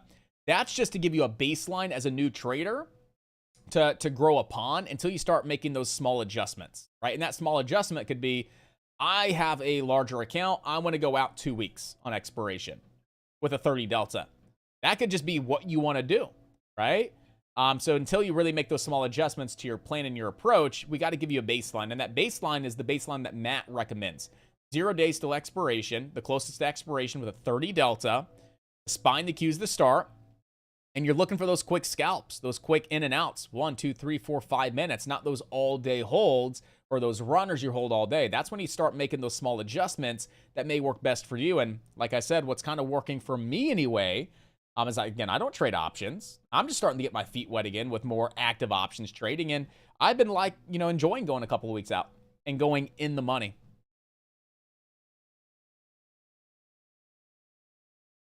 Can I take a look at Disney? Absolutely. I'd take a look at Disney.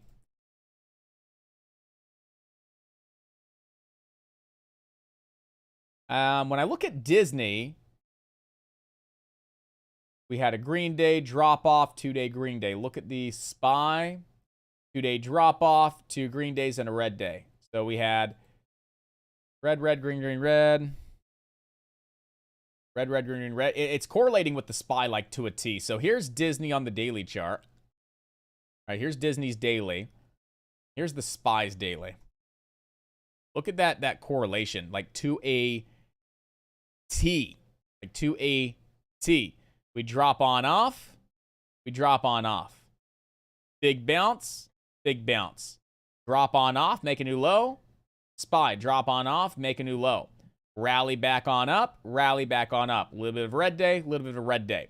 So Disney looks absolutely identical to the SPY. It's correlating literally just identically, right? Drop on off, pop, drop on off. Drop on off, pop, drop on off. Even these shorter term movements, I mean, it's like exact correlation. Let's go look at Disney on a 5-minute time frame and a SPY on a 5-minute time frame. Look at how very close those are as well. Out of the gate, sideways movement, tank. Out of the gate, sideways movement, tank.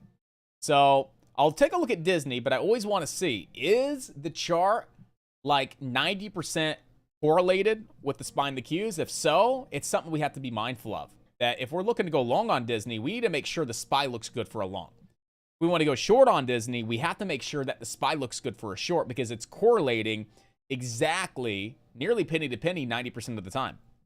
Roblox would be the exception. Roblox is not really correlating with the SPY 90% or more of the time, so you can see those individual moves with Roblox compared to something like Disney, right? So something to be mindful of. But let's take a look at Disney.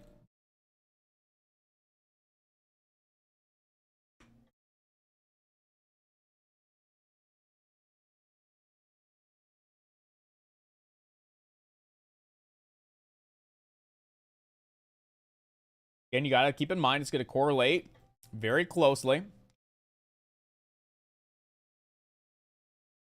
You're going to probably find a little bit of bounce here on Disney in between yesterday's low of day and yesterday's close. So you'll probably see an attempted bounce in this area here on Disney.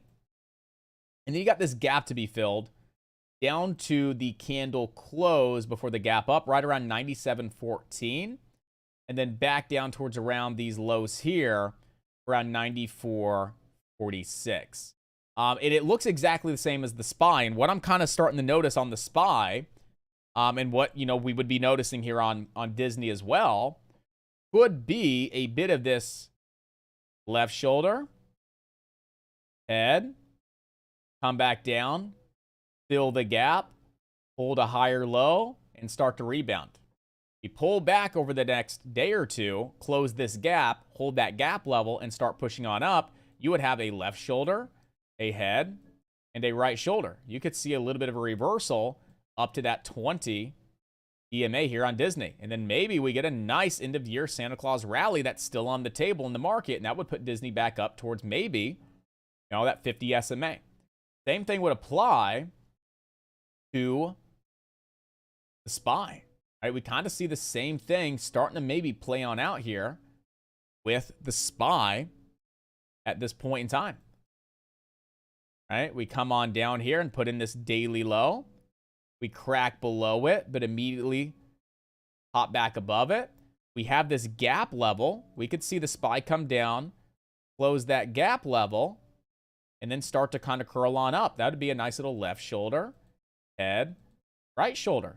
Look at the RSI. The RSI already put in this bottom, right? We had that RSI divergence, which played out beautifully, right? We had RSI slightly making a higher low while the chart's making a lower low. So you get a little bit of that initial divergence here, right, from the SPY, which really helped push this thing on up. Now you're getting a pullback off our 20 EMA, which is our target. It's just simply pulling back here a little bit. Come down, close the gap. Get yourself a higher low formation. You can see the SPY start to get some, I mean, it's not going to go straight up, but you guys get the point. Back up towards around 400 into that 50 SMA in the coming weeks. So if I see that reversal possibility on the SPY, that means knowing that Disney correlates 90% of the time with the SPY, that means Disney's going to follow suit with the SPY. That means we may have an upcoming longer term, not longer, medium term swing trade off that daily reversal in the SPY and then Disney. But in the meantime, you got a little bit of a gap fill. So I would say short term horizon, you have a daily gap fill, a crack of 98.21 down to 97.14. So you got about $1 to the downside, give or take, to fill that gap. And if we hold those gap levels and we start to hold those higher lows, we have great potential in the coming weeks to see the markets rebound a little bit higher.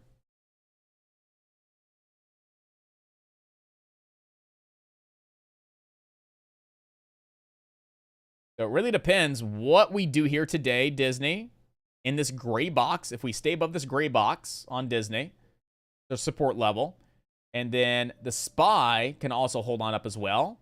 We can see the markets move higher a little bit sooner than later, sooner than anticipated. But if we continue to drop on down today with the SPY, that's going to pull Disney down below or into and below this gray box. I do believe at that point in time, we have higher probabilities of getting that daily gap fill that we just created from Monday to Tuesday.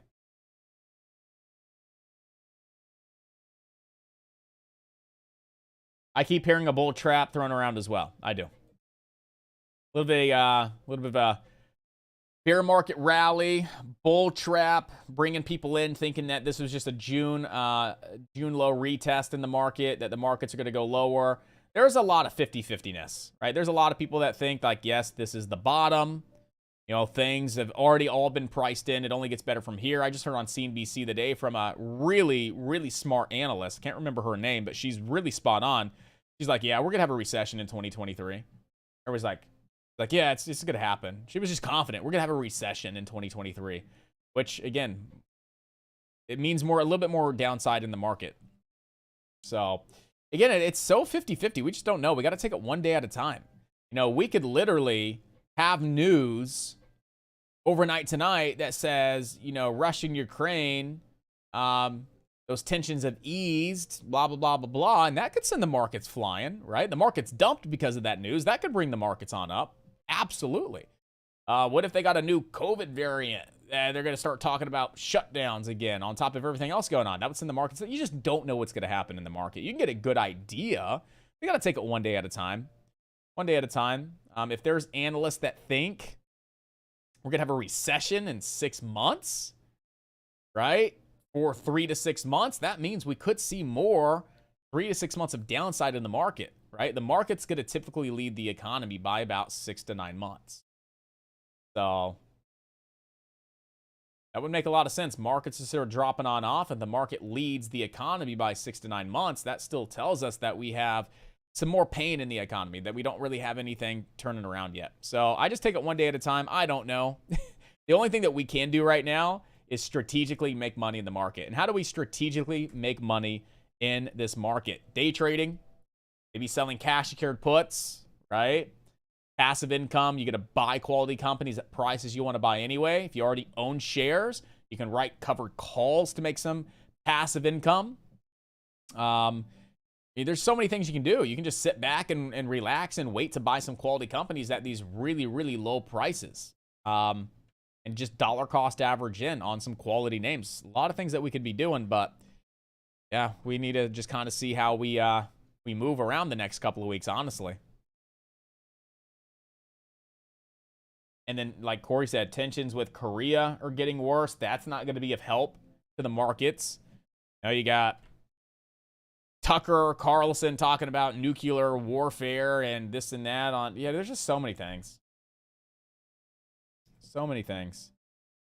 Hugo H, you did call it, boss. You called it. You freaking nailed that red to green move. Absolutely amazing. Absolutely amazing. Mr. H, next time you have an alert like that, throw it up inside of alerts. If it's a quality alert like it was, hey guys, red to green move, FNGR. Look for the break over 650. That's where that volume's probably going to move in off that formation. Throw that bad boy alert inside of alerts chat so the whole team sees it and it doesn't get mixed in with our messages here inside of chat. But that was an amazing alert. We saw it, but definitely get that thrown on up inside of options. Or not options, my bad. Alerts, dude. Alerts. All right, FNGR right now at this point in time. FNGR team right now missed the halt strategy by a few pennies here. No reason to get in here at 630, but that was a nice halt strategy on FNGR. Nice gap up, nice flush right into the halt level. Let's see if it's going to hold on up, guys. Not only is it the halt level, it also puts you right around yesterday's high. So what's going to happen? Is FNGR going to dump on off? Is FNGR going to hold on up and keep on ripping and running? We shall see. Halt level right now to the downside on FNGR is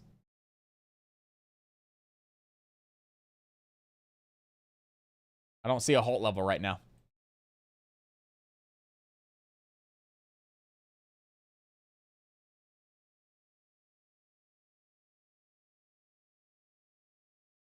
You have a nice trade coming up on the Qs, I want to point out. You have a nice trade coming on up here on the Qs that I want to point out. 0.1, 0.2, coming to 0.3 of this downtrend off that massive lower low. So watch for the Qs to pop on up into 0.3 of the downtrend, right? Remember, Matt's approach is a 2-minute time frame.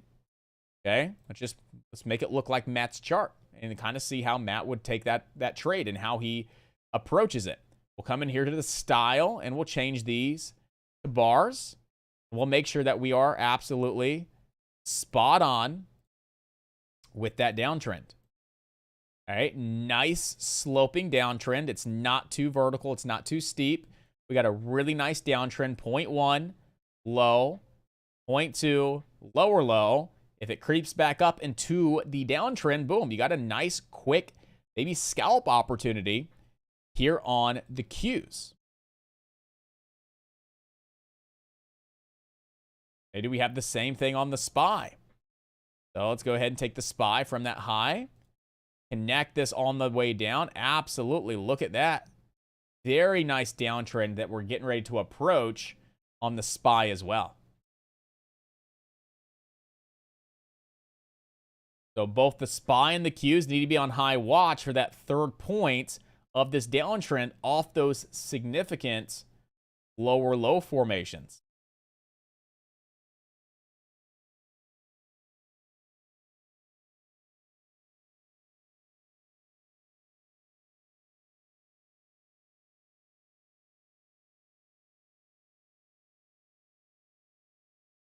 Yes. So we did a quick little review and a quick little lesson yesterday. All lessons will be officially edited and uploaded in the video lessons library Friday evenings. Right? So Monday, Tuesday, Wednesday, Thursday, when we do these lessons and topics and discussions, we have our team going to be editing these every Friday for us, getting those back to us, and we will have those uploaded and edited, all that good stuff inside the video lessons library for you guys. But if you want to, what you can do, if you want to watch that right now, is just scroll up to the top of the page, go to live trading rooms, go here to the 10-4 live stream recap. And this is actually yesterday's live stream. And you could scroll through to the points that we were actually discussing his strategy. And that was coming on up 420. Here we go. Yeah, 420. 28. You can go to 420 30. Yeah, 420 30 on yesterday's live stream, and that's when we start diving in to match strategy. And you go ahead and watch that, and that will last for about 30 minutes. I'll go ahead and drop that link for you guys.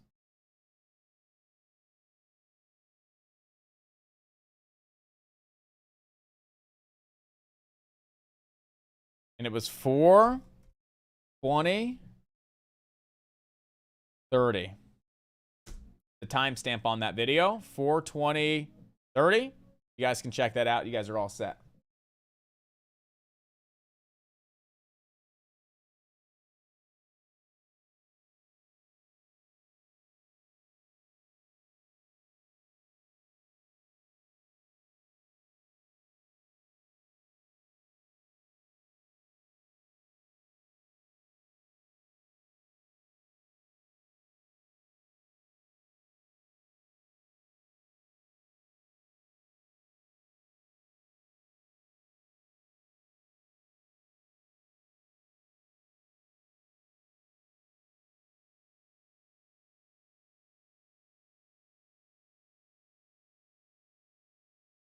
I'm going to try and grab an entry at like 758 on FNGR. I'm going to try and grab an entry at like 758 on FNGR. It's off a prior level of support. 758. I want to see if I can grab an entry off 758. Nice, healthy, decreasing volume pullback as well. Come down, tap 758. I'll get long, expect a bounce. If it bounces and follows through, fantastic. If not, I'll put a stop below 750. I want to see it come down to 758 and just tap that 758 before popping. But really nice increased volume squeeze to the upside. Nice, healthy, decreasing volume pullback. Very close to that 758 level. This could definitely be our first retest for that next leg up.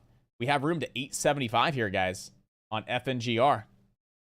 I watch FNGR at this point in time.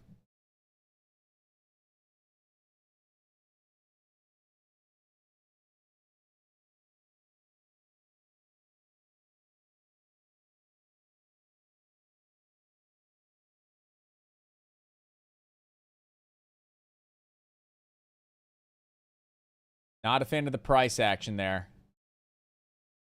Not a fan of the price action.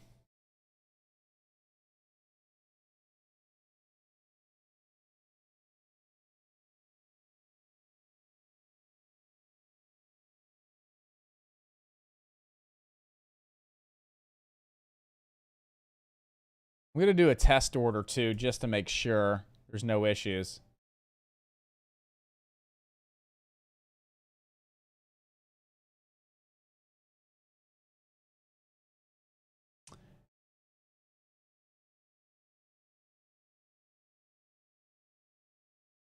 Yeah, there's still actually issues with light speed, so we're gonna close that down. Yeah, if there's still issues, I don't trust it. So we're good on that. We're good. We are good.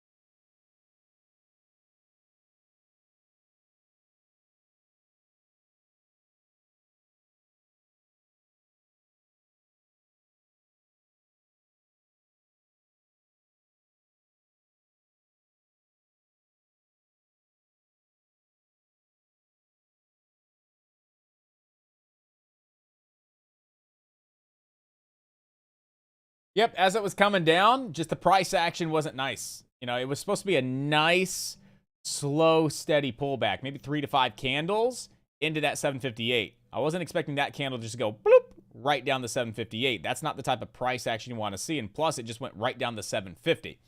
But, you know, on those types of breaks and retests, you want to see maybe 3 to 5 candles pull back on nice, healthy, decreasing volume, right? And each candle spread get lower and lower and lower and lower and lower into that 758. And then you see those pops and then you see those bounces. Why 758? Spiking high in post-market. Pre-market lows here. You can see there was a couple points in time that 758 was a nice level of support, turned into resistance. And we were looking to see if that was a 3 to 5 candle, healthy decreasing volume pullback into that 758 to get a quick little pop, quick little bounce back up to $8. But again, it just cracked on down here. So we're just sitting back waiting for the next best opportunity here with FNGR.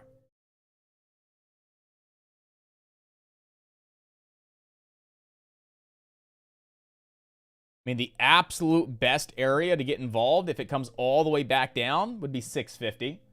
If it comes all the way back down to 650, that would be a fantastic area to look to get involved there on FNGR. Still kind of sitting back with PEGY, looking to see if this is going to set back up for us. You got some light support right around like 257 to 260.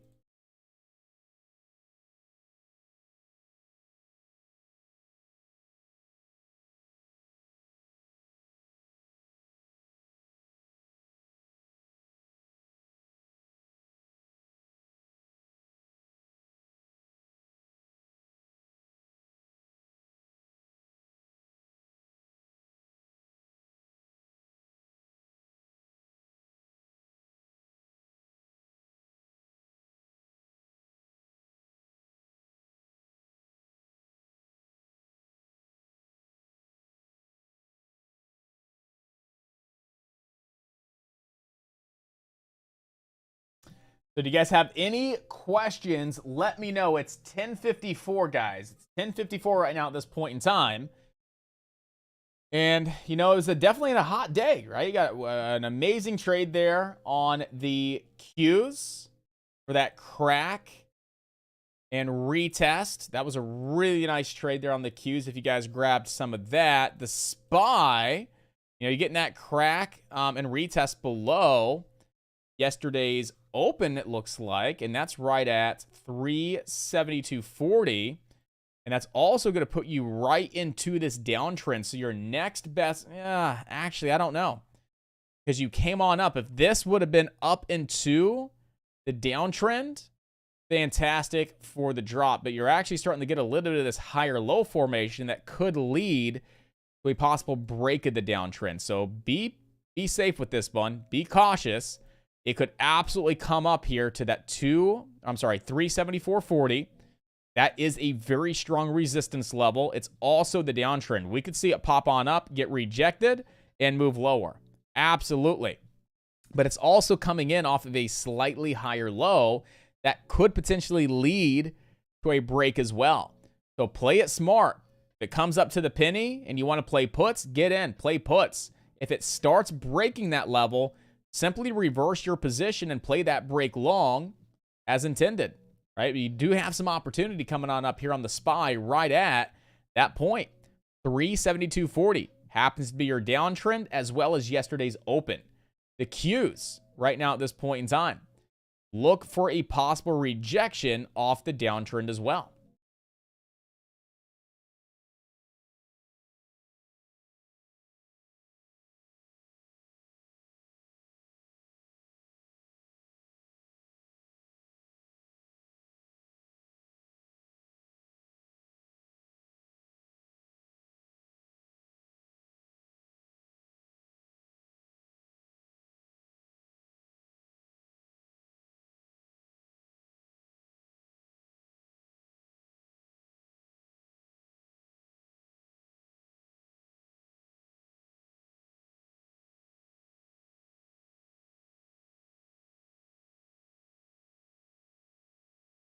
I do not see. Okay. I see it way back there at 10:13.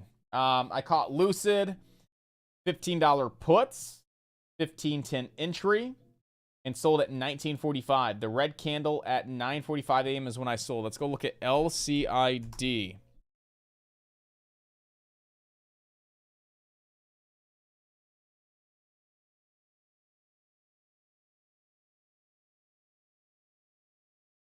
So you caught Lucid a $15 put, 5:10 entry.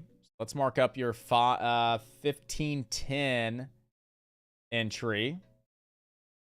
Sold at 14.95. So it looks like you caught the red candle at 9:49. 9:49.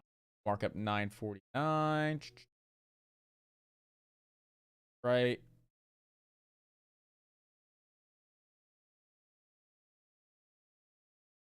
So I like the trade. It looks like you got on that, maybe that double top pops up. Pull back to VWAP, popping on up. A little bit of that double top.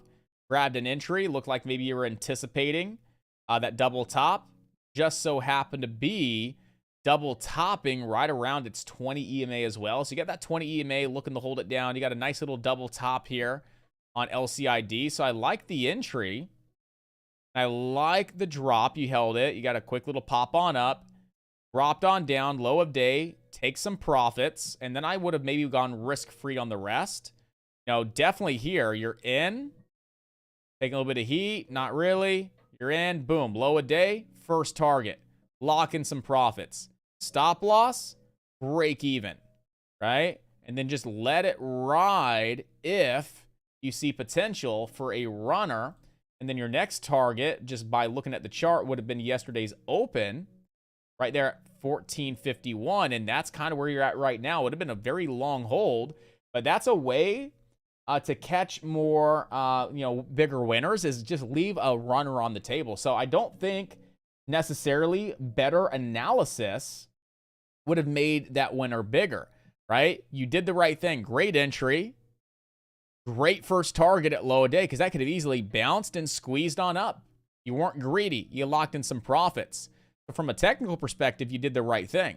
If you wouldn't have taken any profits here, I would have said, why did you not take profits at low a day? Why did you not take profits at support? Why were you greedy? Yeah, it went in your favor, but what if it would have squeezed against you? You would have wished you take a couple bucks here, right? You'd have said, yes, Josh. I'm like, okay, so good idea to take profits here at that low. You said that red candle's where you got out. I would have personally just taken a little bit of my position off the table right there at that lower shadow. If you like leaving runners, all you have to do is on the rest of your position, go put a stop loss at your cost basis and let it go. And then just sit there and wait for the market to come down to your price, right? And it would have came down just now, 2 minutes ago, to yesterday's open, which again was a great little level of support. And you could have capitalized on an additional 40 cents to the downside by just leaving maybe one contract as a runner, 2 contracts, whatever works for you. But maybe leaving a runner on your trades would help capitalize and be able to lock in some more profits. Green is green. Green is good. You want to make those winners bigger. Leave yourself in a position to have a runner on the table. And I think Corey would vouch for that as well. Leave a runner. Most of the time, your runners are going to get clipped. I would say 80% of the time, your runners are getting clipped. And where you took initial profits was the best place to take your initial profits. But 20% of the time, you leave a runner on the table, those runners go 20, 30, 40%. You make $100, $200, $300 on that 1, 2, 3 contracts, whatever you're running as a runner. And those times definitely pay off, which makes it worth it.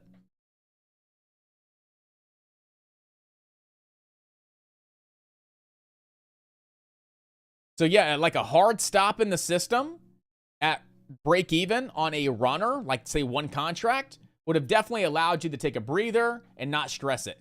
So what you need to maybe do is implement, like let's say you take 5 contracts on average, like this trade, 5 contracts. The other trade you take 5 contracts. Let's say that on average, you're taking about 5 contracts a trade.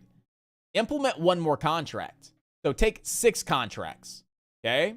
Just make sure you can afford the risk and make sure that it works into your plan. But it's an idea. Instead of going 5 contracts, taking all 5 at once, take 6 contracts. Take 5 of the contracts that you would normally take all at once. So your profits are the same. Your losses are the same, give or take. But then that gives you that extra contract that you could safely leave as a runner. So maybe that's an option.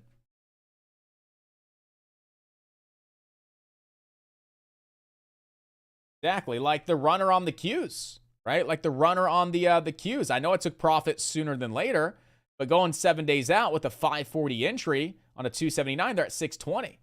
So I took profits really quick, but I put myself in position to leave a runner. So what did I do? I had 5 contracts at 539. I took 2 at 569. I locked in profits quick. I want to get paid. I took a little bit more at 584. And then I left 1 as a runner, and that 1 contract went all the way up to 625. I made almost another $100 just on that 1 runner. If I would have taken them all here, I would have missed out on an additional $80 to do nothing, to go completely risk-free.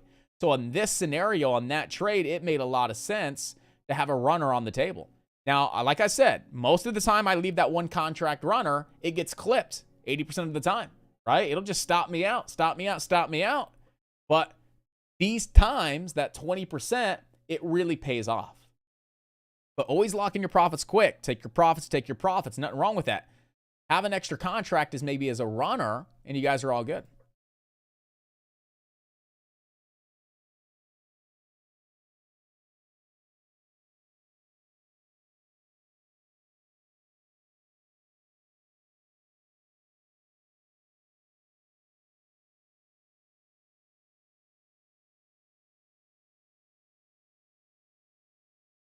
So are the Qs going to smack that downtrend? If they do, I'm going to take 1 contract. I'm going to take 1 contract, 277. I'm going to take 1 because it is a little iffy with that higher low. But I'm curious if we're going to get that nice little rejection off that downtrend. So I had taken 1 put contract just because it's a little, it's not 80-20.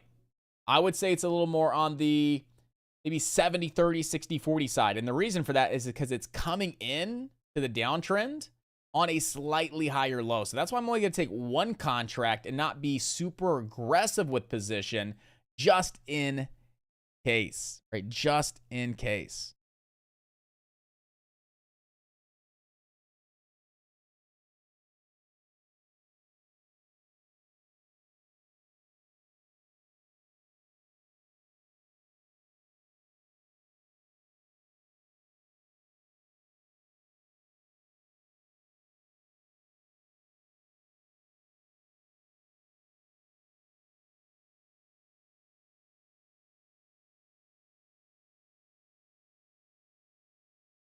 It looks like it may want to break and may give you a reversal, but I went with one contract, keeping it really small here, just in case it does break and squeeze. Hey, $15, $20 loss. Nothing crazy, right?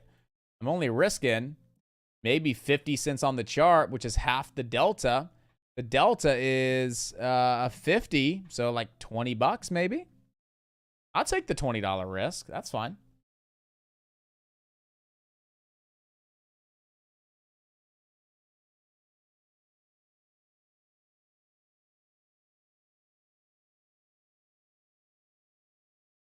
Nice rejection. We're already up a little bit here.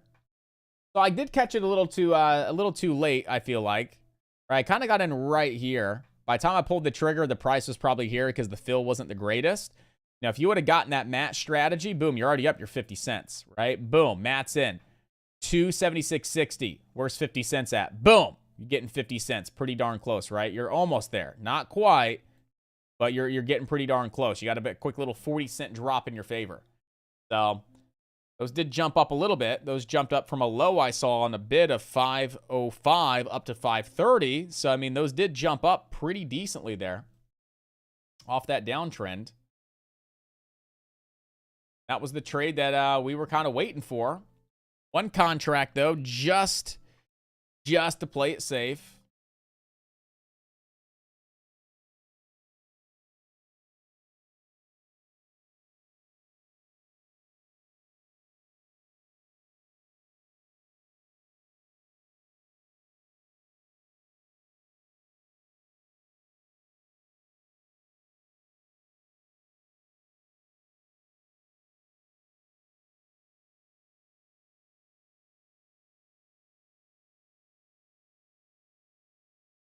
Nice rejection there.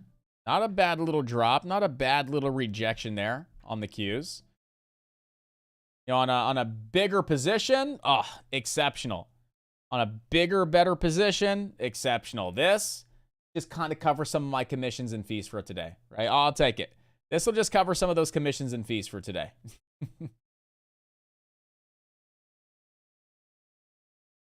Right, 10 bucks, or I just cover $10 in commissions and fees, right? That's fine. I'll take it. Little base hit adds up. I'm going to go get a cheeseburger for lunch from McDonald's. Might treat myself with a freaking McFlurry if their ice cream machine's open.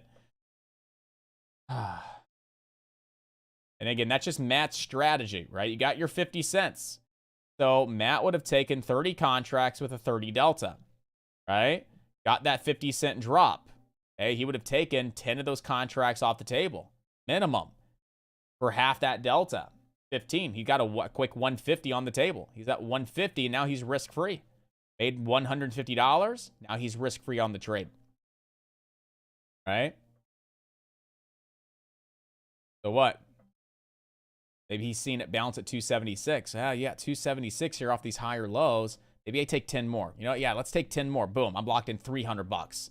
Now he's at $300 in 1, 2, 3, 4 minutes. 300 bucks. Feeling pretty good. Holding 10 left at break even. If it drops, he's got 10 as a runner. He could really start printing. He could really start getting paid. Right now, he's locked up 20 of the 30. He's got 300 bucks in his pocket. Feeling pretty good. In about 5 minutes, that's the easiest 300 bucks you've ever made.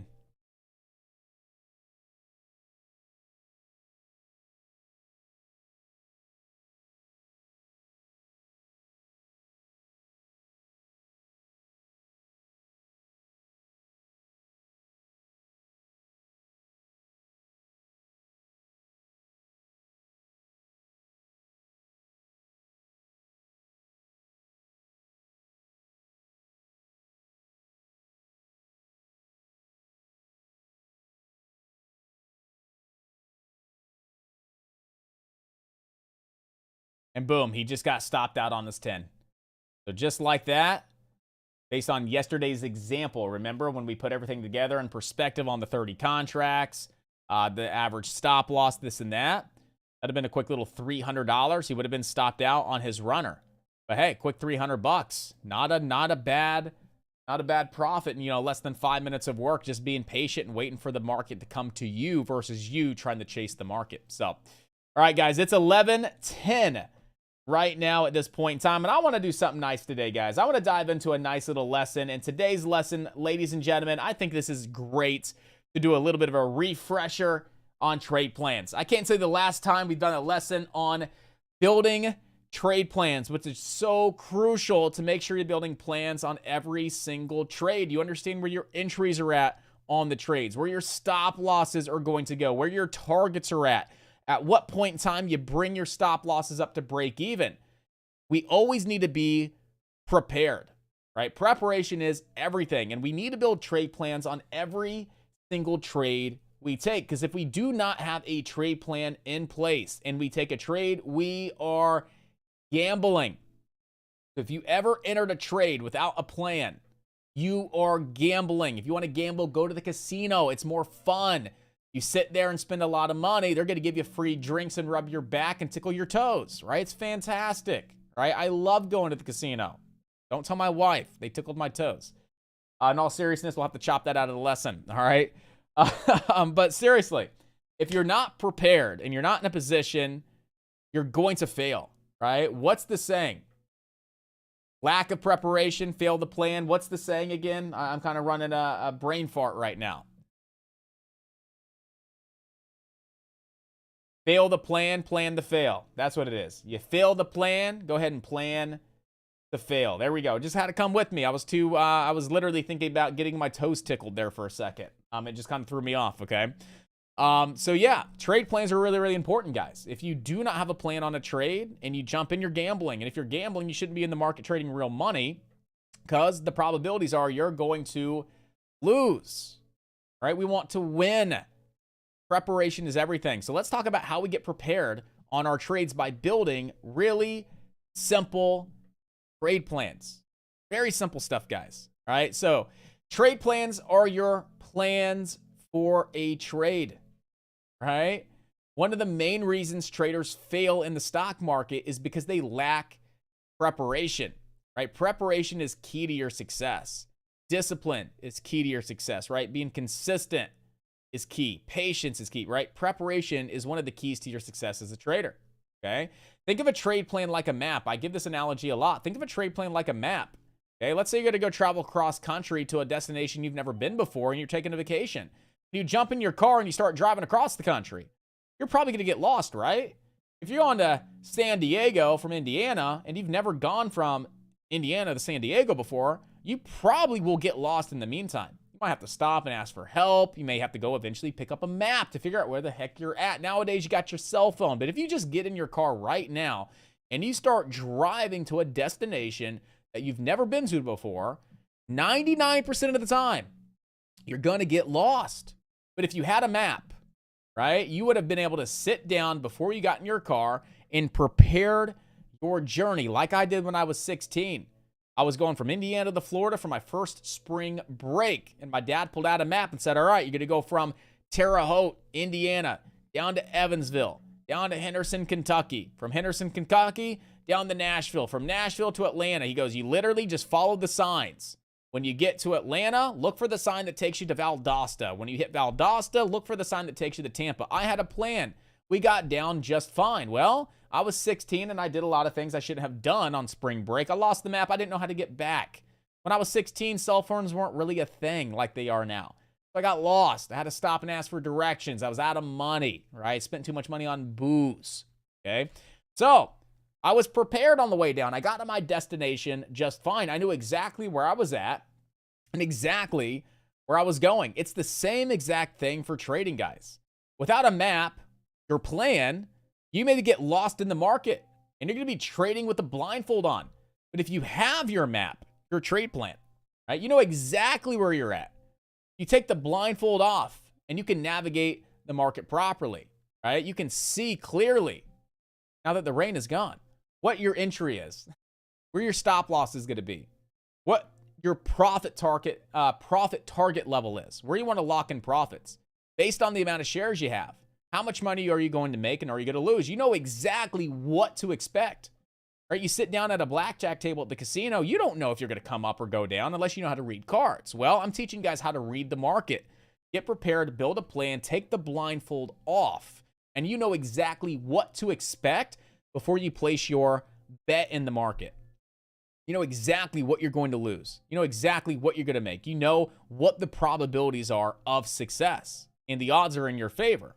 All right, guys? So take the blindfold off, get prepared, have your map, build those trade plans. This is one of the keys to your success. Take the blindfold off by planning your trades with the 3 A's. This is something that we created. We have this trademarked. It's patented, right? Amazing stuff here, guys. The 3 A's. Analyze, assess, accept. That is all you have to think of when you think of a trade plan. When you think of a trade plan, I want you to think of the 3 A's by Alpha Day Trading. Analyze, assess, and accept. Analyze. Analyze the chart. Okay? The first step to planning your trade is to analyze the stock that you're considering the trade, like we just did here on the Qs. We analyzed it. Resistance, higher low, volume, VWAP, price action, time frame, right? We're looking at everything, analyzing the stock that we're looking to trade. What's that chart pattern? What's the strategy? What's the formation? What do I see on this chart? And why do I want to take this trade? Am I convicted? Am I confident? Right? Is it really messy, choppy price action? Or it's like we can't really read the stock? Or is it super clean, consistent, predictable where it's like, dude, this is the easy stock to trade, right? What are you seeing and why do you want to trade the stock? There has to be a reason to take a trade. There has to be a solid, well sought out reason to take a trade. We're not just buying stocks because they ripped, right? A lot of newer traders, they just buy stocks because they're moving. Oh, that stock's up 20%, I'm buying it. Oh, that stock just ripped 50%, I'm buying it.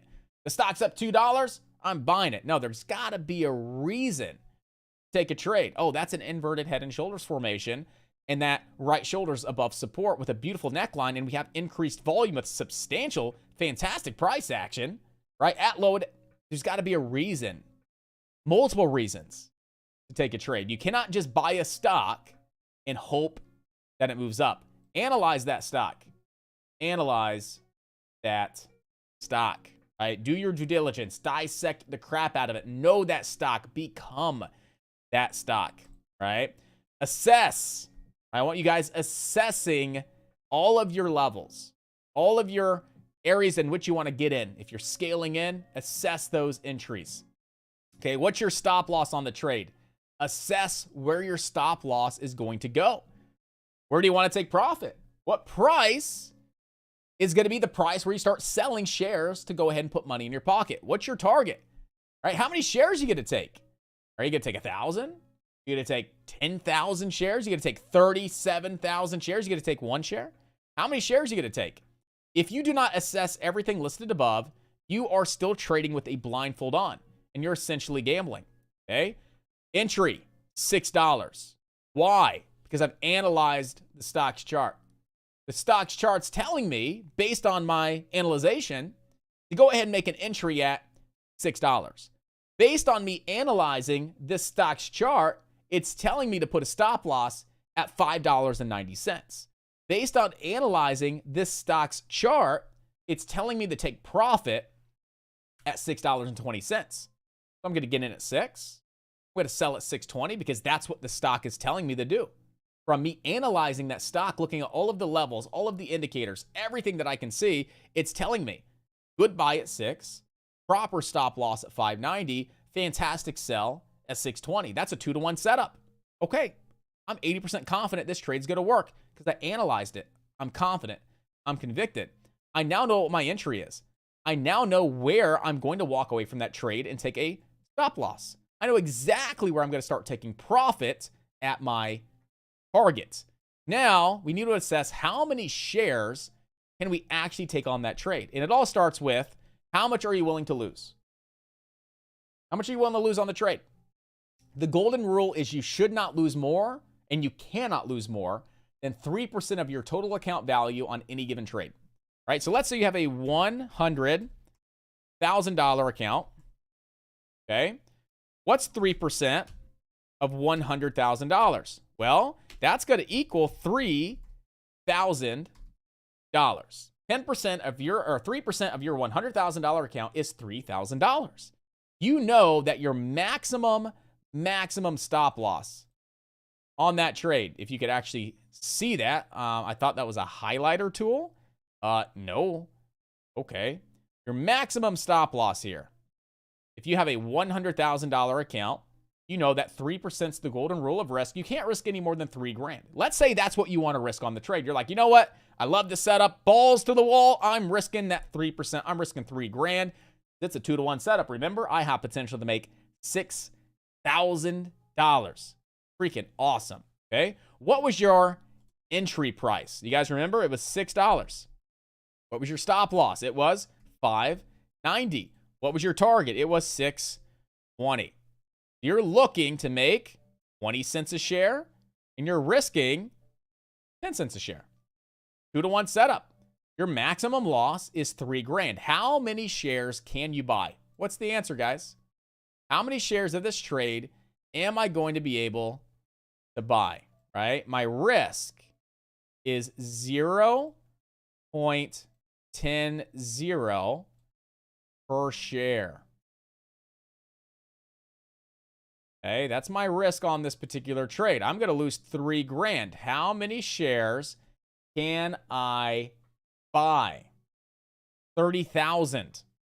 That means you can buy 30,000 shares times that 10 cents of risk equals your stop loss. That's how you assess how many shares you're going to take on a trade. It all starts with what's your account. Can't exceed 3%. Let's say you want to lose $3,000. Well, that means on this particular trade, you can take 30,000 shares. You would lose $3,000. If you hit target, guess what? You make $6,000. Okay?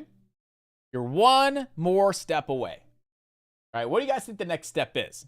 You've analyzed the chart. You're convicted. You're confident. There's a pattern. There's a strategy. You have an edge. You're feeling great. You want to take that freaking trade because you know that it has an 80% probability chance going in your favor.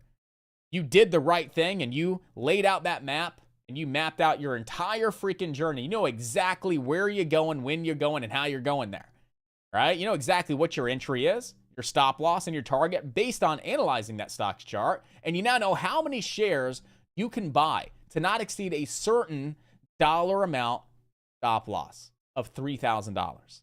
What's the last thing you guys got to do? You need to accept that plan that you just built. You got to accept it. That's where everybody goes wrong. Everybody goes wrong. They don't accept it. They don't accept the outcome. They don't accept this is the freaking reality if you pull the trigger. This is going to happen. They don't accept it. They're not 100% okay with $3,000, right? They're not 100% okay with maybe their entry or their stop loss or their target. They don't accept it. The most important part of building the trade plan is the acceptance. Accept it. I'm okay with the outcome. If I get stopped out, I'm okay with losing $3,000. If I hit target, I'm going to be really happy to make $6,000. I think it's a great trade. Those are great levels. Those are great entries, exits, stop losses, and targets. Accept it. One of the reasons why most traders fail is they don't accept that outcome.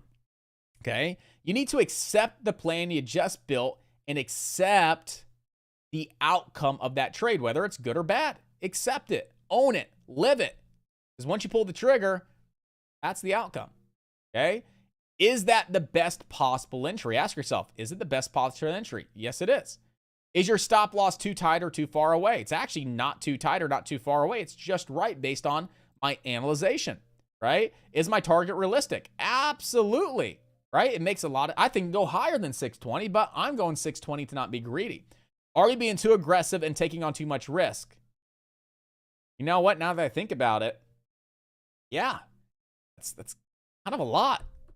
You know, I'm okay with losing that, I know it's not more than 3% of my account, but you know what? Today, I want to go $1,500, right? You know what? I feel much better at $1,500. I couldn't accept that part. I couldn't accept the loss. Am I being too aggressive? Am I taking on too much risk? I kind of think I'm taking on too much risk. I'm not okay with $3,000. Back to assess. Okay. How much am I okay with losing? $1,500 or 1.5% of my account. Okay, that feels a lot better. That feels good. Right? So what do I have to do? If I'm cutting the percentage in half and I'm cutting the loss in half, what do I have to do? I have to cut the share size in half. Boom. There we go. 15,000 shares at 10 cents, $1,500. 15,000 shares at 20 cents, $3,000 of profit. Back to the acceptance. Am I being too aggressive? I don't think so anymore. I sized down a little bit. Am I taking on too much risk? I don't think so anymore because I went back and reassessed. I feel much better. Check mark. You're ready for a trade, guys. You're ready to pull that trigger when the trade and the chart says pull the trigger. If you cannot accept every detail of this trade plan, you need to go back and reassess until you can accept the trade plan. If you cannot accept, right, the trade plan, you go back and reassess everything. You keep cutting it down, cutting it down, cutting it down, cutting it down, cutting it down, cutting it down. And you're like, man, I just cannot accept this plan. It's probably a really bad trade, and you should probably not even take the trade. Don't take it. It's probably sucky. You're probably gambling. You're probably chasing. If you cannot accept the outcome, then go back and assess it. If you get to a point in time where you just can't accept it and you've done all the assessment that you can, you should probably just not take the trade. And by that point in time, the trade's probably done anyway. Right, guys? So again, the only thing I really want you guys thinking about, I wouldn't say the only takeaway, but the one thing I want you guys thinking about is when you think of trade plan, okay? Trade plans, getting prepared, trade plans, getting prepared. Preparation is everything, okay? I want you guys thinking of the 3 A's. Analyze the stocks chart, everything about it. Assess your entry, your exit, your stop loss, your position sizing, everything. And then finally, I want you guys accepting that plan. If you can accept it, you're going to have great success in the market. You're not going to trade with emotions. You're not going to trade out of fear or FOMO. You're not going to be greedy and give all your profits back when you were up. Take winners to losers and hold the losers a lot longer and blow up your accounts. You are going to be an alpha. You're going to be a part of the 10% of traders who actually succeed in the market because you are doing the boring things, but the right things that drive success. All right, guys? Hope you guys enjoyed the lesson today. Again, a nice little refreshment on trade plans, the importance of these trade plans, and how I like to explain and teach the building of trade plans by utilizing the 3 A's. Analyze, assess, accept. That's going to keep you on the winning side, guys. If you have any questions, let me know. Other than that, make sure we don't miss anything.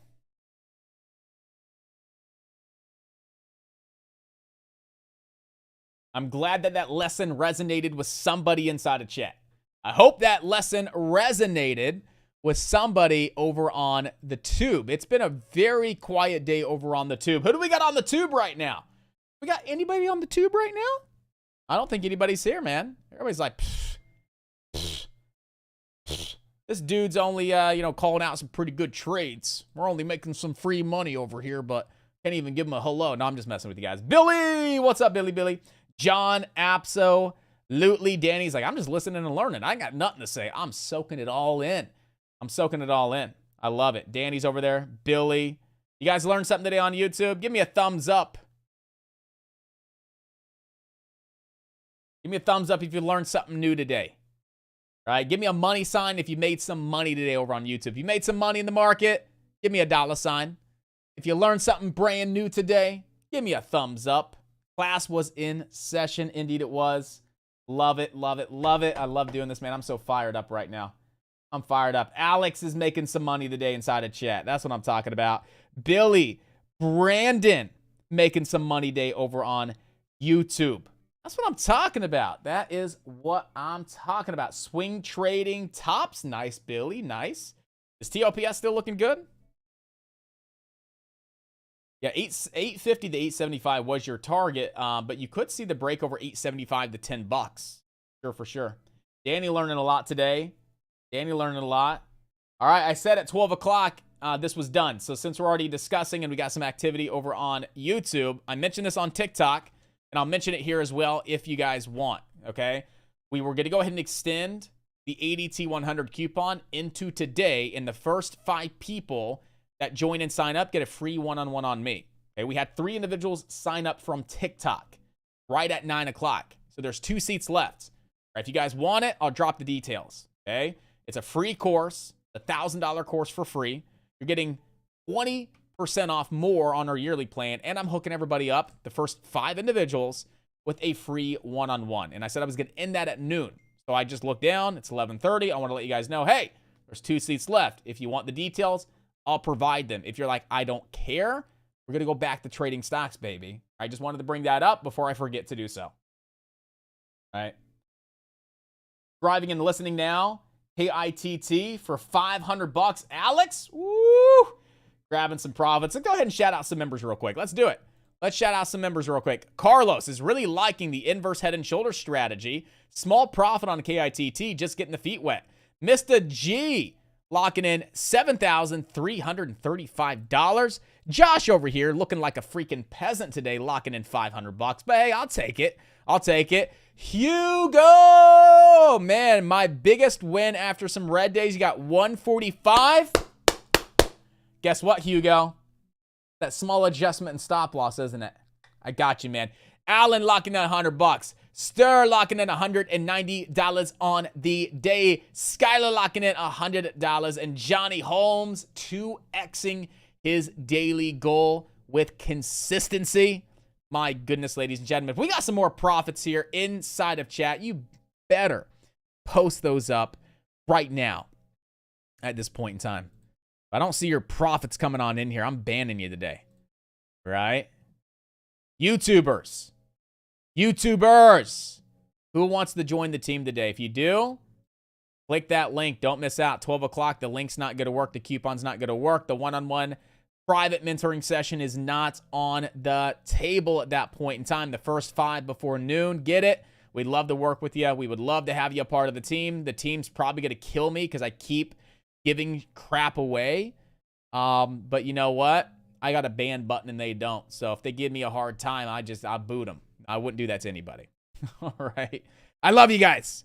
Alex locking in $500. Good job. Good job. Good job. Good job. OPEC to cut oil production by 2 million barrels per day. Shore up prices. Defying U.S. Russia. Oil getting a little bit of a pop here.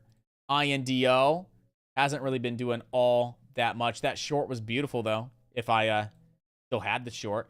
Small cap oil stocks, not a lot going on right now at this point in time. Not a lot going on at this point. We have any final questions, comments, concerns? If we do, let me know. If not, ladies and gentlemen, enjoy your lunch. I'm going to Hooters.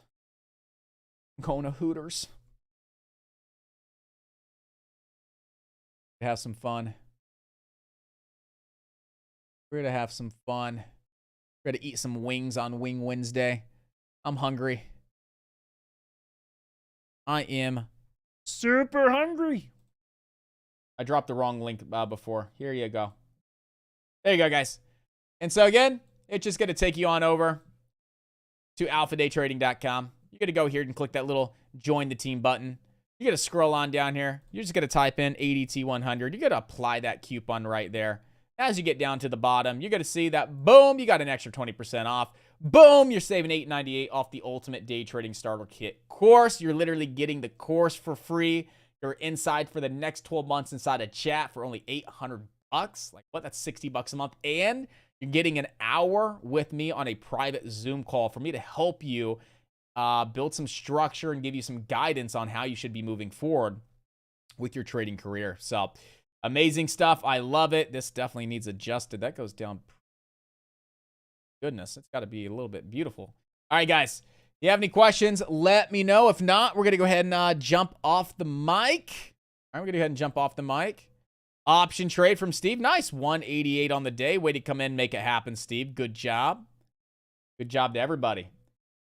We're going to go ahead and dive into lunch, guys. Go get some grub. Fuel our minds, right? That's all we want to do is fuel our minds. Come back around 2:30, see what we have in store. Make it happen. Have some fun. Lock in some more profits. Let's go. I'm excited, guys. And girls. I'm excited, y'all. I'm going to start just saying y'all. Instead of guys, I'm going to say y'all. Good morning, ladies and gentlemen. How y'all doing? How y'all doing today? Say y'all or folks. How y'all folks doing today? Can't say guys anymore. We got some ladies in chat. Beautiful ladies here. Y'all, how y'all doing? Love it, actually. It sounds good. It really it fits my Midwestern accent pretty well. Y'all. Y'all. All right, let's make sure we're not missing anything before I let you guys go. CRKN. Starting to roll on over. Peggy, guys. Peggy. I like Peggy. You want to know why? Because it's Peggy, y'all. Look for a break of the downtrend. Just look for the break of the downtrend. We break this downtrend over lunch, the thing's going to squeeze. We saw that yesterday with AERC, with SNTI.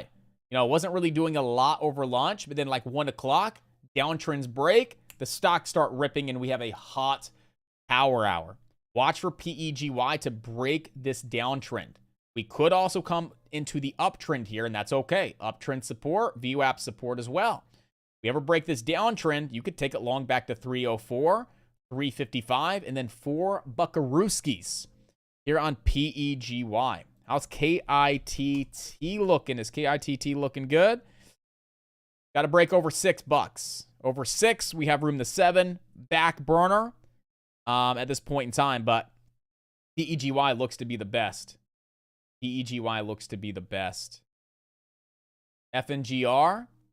Got a downtrend as well? Yes, you do. Look for the break of the downtrend at some point in time. You got support right here at 650 over on FNGR.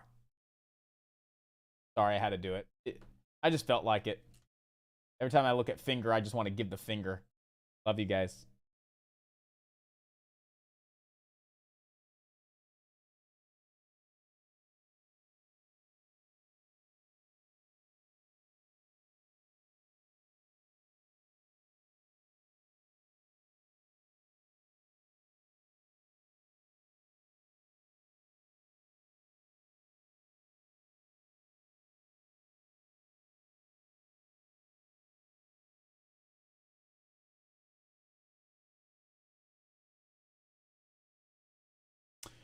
All right, what's up with CNTQ?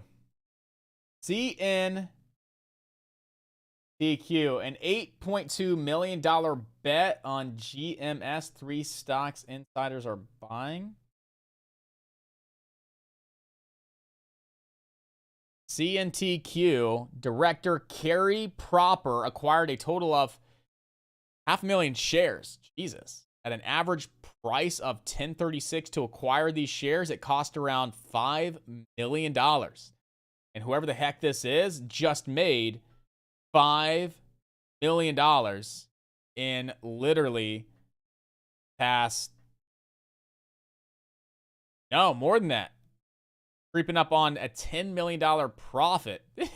That's insane. Oh, man. CNTQ. Right now, one of those crazy gap up, squeeze stocks, CNTQ. I wouldn't be surprised if there's a filing that she dumped her shares.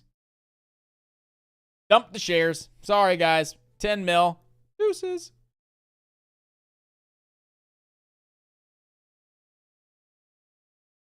Final questions, let me know. If not, we're going to go ahead and dive into lunch. Is Peggy sitting up for a possible boom, boom, bang? Carlos. It definitely is. Nice uptrend, followed by this slow, steady downtrend into support. You definitely have that that boom, boom, bang look to it. Absolutely. Absolutely. You could probably see a few other different types of formations. You got a little bit of that falling wedge. Some would say it's a higher time frame flag. But yeah, you got that nice uptrend. Now you're pulling back. Got 0.1 at high a day. Here's 0.2. After 0.2, we want to see support hit. We hit support. Prior resistance. VWAP. Bounce on up to point number 3. Want to see it get rejected. Come back down. Break the downtrend on 0.4. Let's go for a fun ride on PEGY. Get pegged today, guys. Get pegged. My wife's in there probably laughing right now. Wife's mom's name is Pegy. Anytime you do something and she gets on you, we call it getting pegged. So get pegged today on PEGY. Go for a fun ride on Pegy. PEGY, guys. Don't get pegged. Keep your losses nice and tight. All right, take your profits quick. I don't want to see anybody getting pegged today by Pegy. Enjoy your lunch, ladies and gentlemen. I'll see you guys back here a little bit later this afternoon, right around 2:30 as we kick off some end-of-day trading here in Power Hour. Hold it down. Make it happen. Trade smart and trade safe, ladies and gentlemen. All right, good job and good work as well today. Enjoy your lunch, and I'll see you back here right at 2:30. Let's end it the way we always end it here inside of the Alpha Day Trading community with a big old 3, 2, 1. Woo! Woo-hoo, and that's a wrap, baby. Enjoy your lunch. I'll see you back here in a little bit later, 2:30. Be here or be square. Take care, guys, and I'll see you then.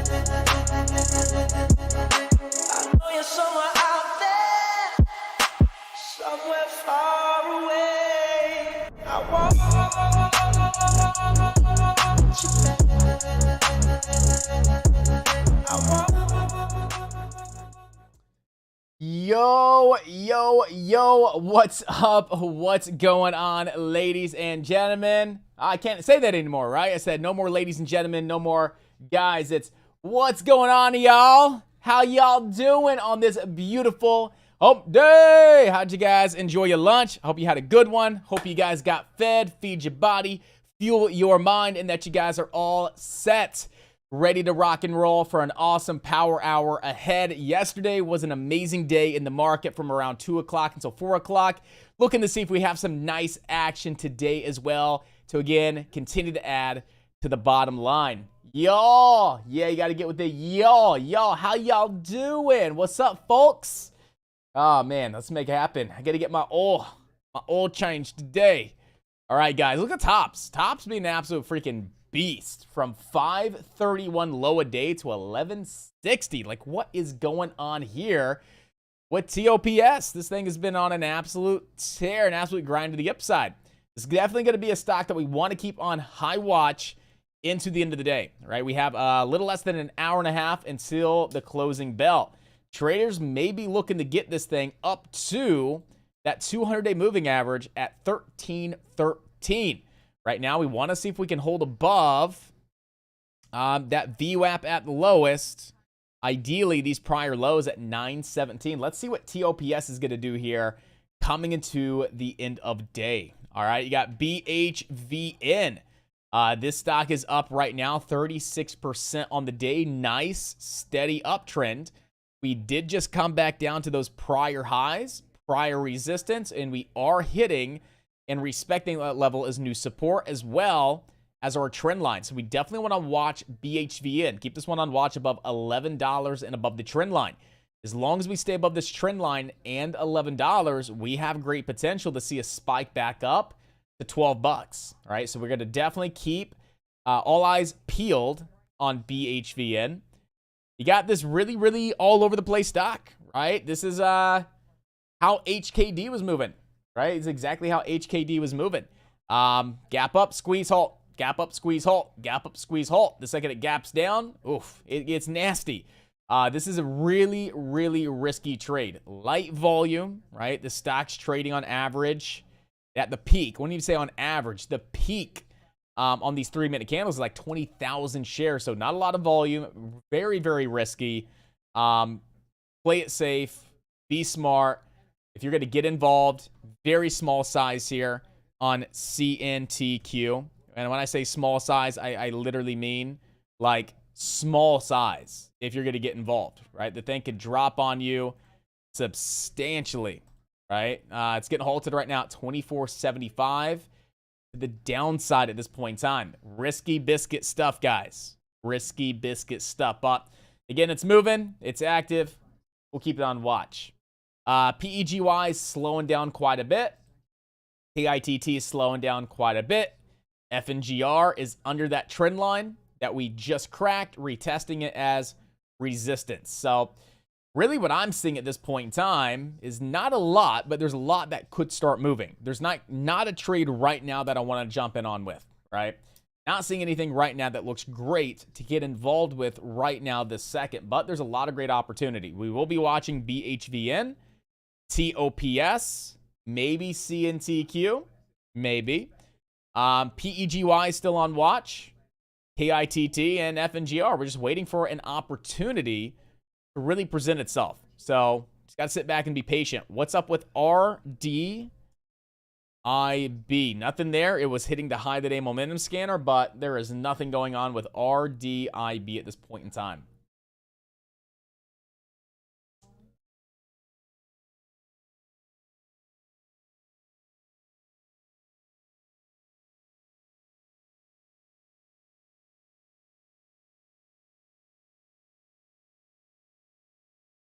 And then same thing applies to the SPY and the Qs. Kind of sitting back waiting for a really nice opportunity to present itself.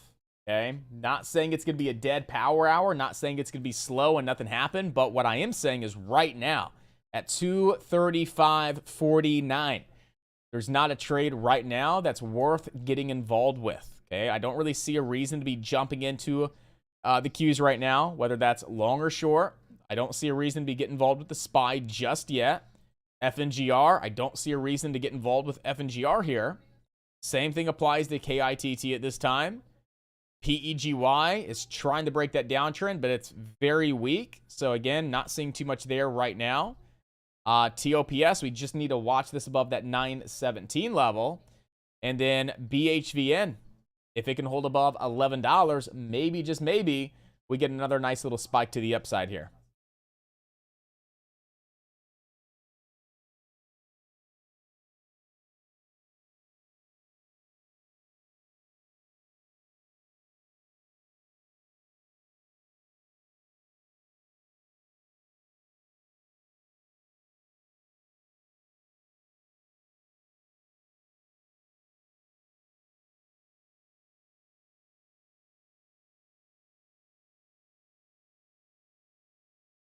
You know, looking at SHFS,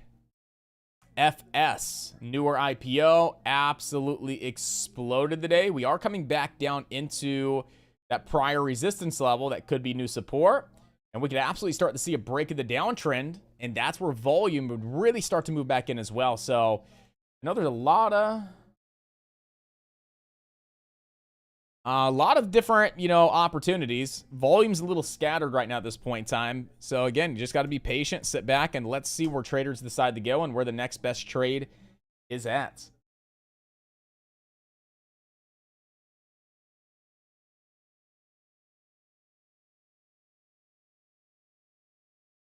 Man, I ate too much over lunch, guys. I tell you what, I ate way too much. I am a little sleepy right now. Might have to go grab maybe like a little can of soda. Some a little bit of caffeine, guys. My goodness. Steve's always coming in clutch over on YouTube. He's like, I mentioned that at 7:50. Yeah, there's a lot of stuff going on today, guys. There's a lot of opportunity in this market. You find one, focus, make it happen. FNGR was on a roll today. PEGY was on a roll today. The SPY and the Qs with great opportunity at 10 o'clock. Oh, my goodness. And then, yeah, SHFS was definitely getting some great action as well.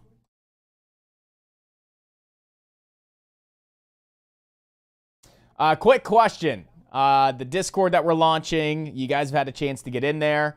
That's where we're putting together the morning stock newsletter. I want to get to, I know it's only been 2 days, but let me ask those that are here from a morning stock newsletter perspective, what do you guys think? For now, I like it because it's multifaceted. It serves two problems. Well, not two problems. It provides two solutions. It gets the morning newsletter together for you guys. You can access it right through chat. We're going to have a nice little link, little button that says go click on the morning newsletter. It's going to put you right in the Discord server. And then boom, you get the morning newsletter in separate channels. It's really clean. It's really nice. And if you're on the go as well until the mobile app is done, it's easy just to open up that Discord and be like, boom, all the information's right here until our app is done. So I think that was pretty nice for that. And then it's also just some extra value that we could provide to the trading community. So I thought that was really nice as well. So if you guys like it, I want to stick with it. And I still want to grow that and scale that and do some unique things with that. So Rob's like, I don't have a link. Rob's like, I don't got a link. I'll definitely get that link back for you, boss.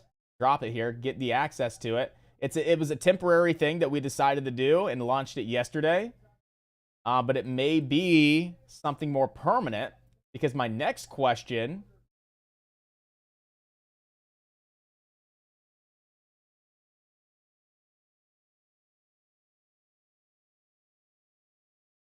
Boom.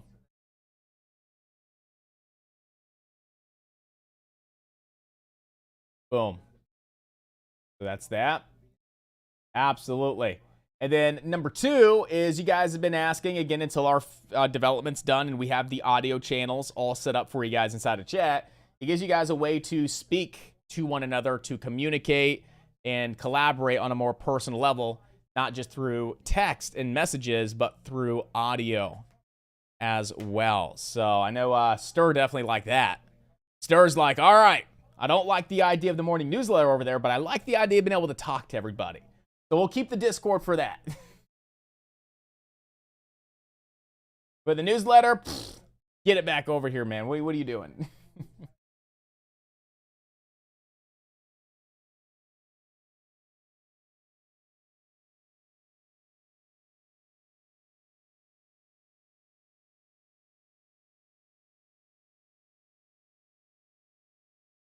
Again, it's one thing that solves a lot of different, provides a lot of different solutions that we're trying to aim for ADT guys. So I just wanted to get some quick feedback. If you're like, yeah, I don't like it at all, then hey, we will find another way to get that sent out, because it was either going to be via email or through the Discord. Same thing, email on your phone, look at the email. Same thing, push notification, Discord, go to Discord on your phone, desktop. I mean, same thing, but it allows us to continue to help provide some information and value and education to the trading community, which I'm all about. You guys know that. I'm all about that. Obviously not giving the house away. I got to give you guys my undivided attention, which I love, but I still want to try and pay it forward and help other traders that may not be financially stable to join the team yet and really advance their trading in the right direction. So, oh, stir. Oh, my goodness. There's a lot. And there's a lot of things, guys. I don't even want to say anything right now because it's too much. But I got some big ideas. What's the movies that off of? We got some big ideas.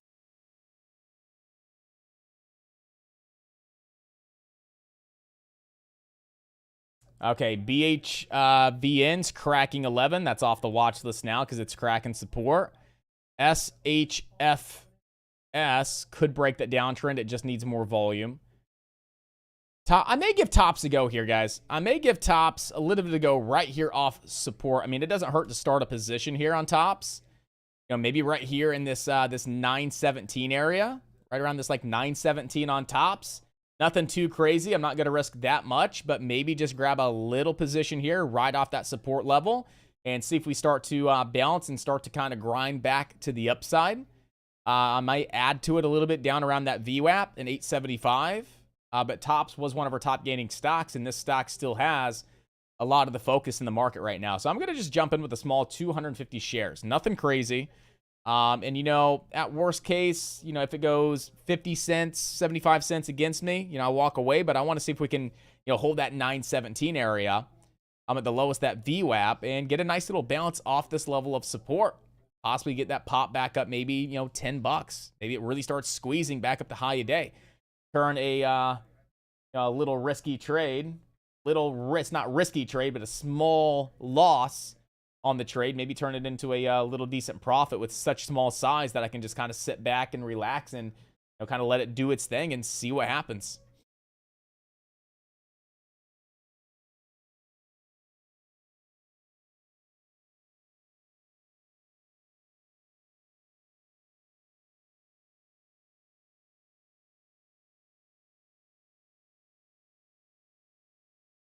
Oh my gosh, hats. Hats are coming, right? Our development team, I literally have it in my note to send to Anthony. he's one of my lead guys with my development team that I talk to. And yeah, it's in my notes to send him tonight. Merchandise store, right? Merchandise store that can be tailored into the new platform when it's launched. That it's not like we have to redo it or anything. But yes, merchandise store, and we're going to start doing some merch and stuff like that. All right, guys. All right. We're going to make it happen.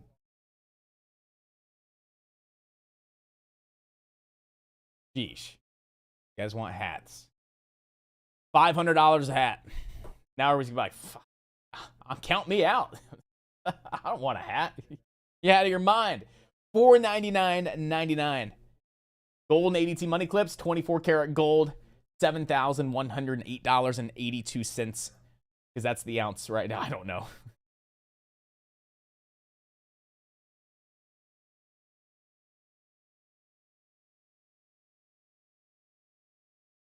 Joey's like, yeah, I don't want a hat anymore. Yeah. Joey gets a free hat. Joey gets a free hat because he holds it down, man. He's on top of stuff.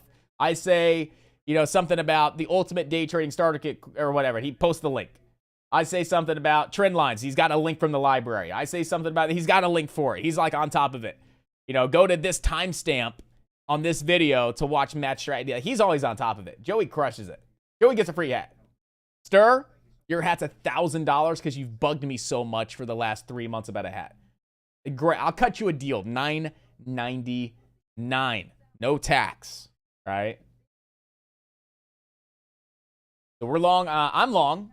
TOPS off 927 support. Support was actually right around like 917. We're looking to see if we get a nice little bounce off this level and see if we get any kind of activity into the end of the day.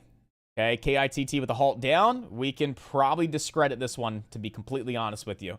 Halted down, we want nothing to do with it. We want to find stocks that have potential to get some great action to the upside, that are clean, consistent, predictable. Right? And the only thing that I'm seeing right now that shows the best potential to really get a bounce off a support level and have a big open window of room to the upside would be tops, right? Where's resistance? Resistance, well, it's back up here around, slightly over 11 bucks. There's potentially $2 to the upside with maybe 50 cents of risk. I like the odds. Tops has been an absolute beast. That's why I'm willing to, give this a little bit of a go here and see if we get some action.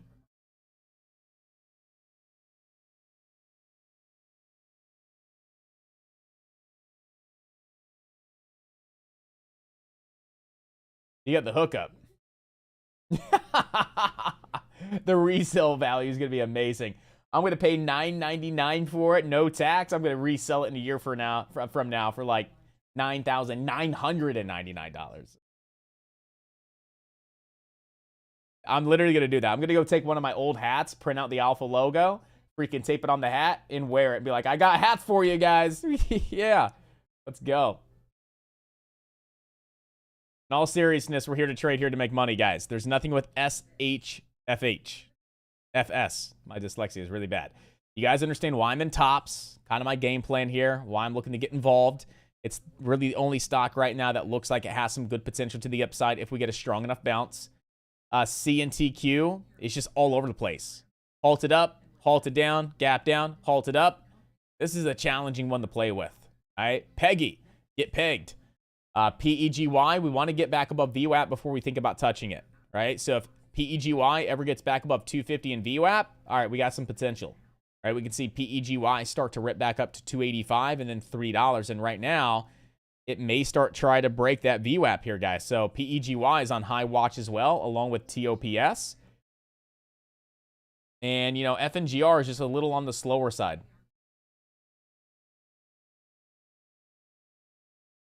Actually, I'm going to give that away. I'm not going to auction it off. I'm going to give that away. Our top trader in chat, that bear and bull canvas that I had, I'm going to give that away to our #1 affiliate at the end of the year. To our #1 affiliate member at the end of the year will get the free bear and bull canvas signed by Alpha Day Trading. That's an incentive there. Stir's like, Stir's already got an affiliate sign up just like that. He's like, yep, I'm on it. I want it. Let's go. I want it. Let's go. PEGY finally waking up. Yes. Over the VWAP. Absolutely. Over the VWAP. Absolutely. FNGR, I'm not a fan of it right now because it's still below the trend line. You see the trend line we had as support. It's now resistance, right? We just don't have a lot of volume. Look at PEGY. Volume is really starting to move on in. We're getting that break above the VWAP here. Okay, so as long as we can hold this VWAP, we got great room to 285 and then $3. PEGY is 100% one of our top stocks to be watching right now at this point in time, followed by TOPS for a bounce off this 917, back up maybe to $10 and beyond. I'm going to throw stops right below the VWAP. Want to see if we can start to get a bit of a bounce. We're already up, $60 on a very small position. We're up about 20, 30 cents a share, give or take. Okay, it's profitable. It's something. Let's see if we can keep getting that move on up here on TOPS and really start taking on off, guys.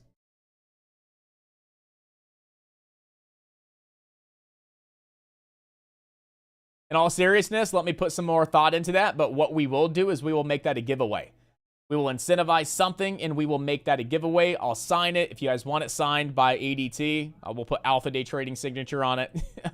And we'll ship that out to you guys. That canvas that I had, I'll definitely give that away. And we'll just have to find something creative to put that behind. I think the affiliate thing would be pretty cool, right? Go in there. We'll have a new affiliate program on Monday, just so you guys know. Our all new affiliate program and affiliate dashboard will be live here on Monday. It's going to be for everything. Courses, merchandise, anything you can think of. You'll have your own affiliate dashboard and your own unique links for each affiliate product, all that good stuff. And maybe we do something like that to our #1 affiliate at the end of the year. We will give away that free canvas that I have, that Bear and Bull canvas. I'll ship it out to you guys. It's a pretty nice canvas. I built the frame myself, okay? That was a lot of handyman work on that.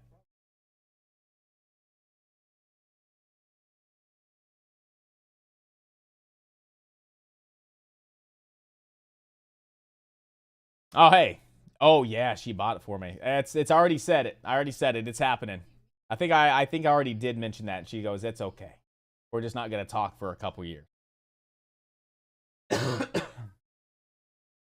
we'll make that happen, guys. I'll have some details for you here on Monday about the affiliate program. You guys can all get enrolled, signed up, start blasting it, sharing it, using it, and abusing it. You guys can track it, and then we'll pull up that dashboard, see who our #1 affiliate is at the end of the year. And whoever #1 is, they will get the Bear and Bull canvas.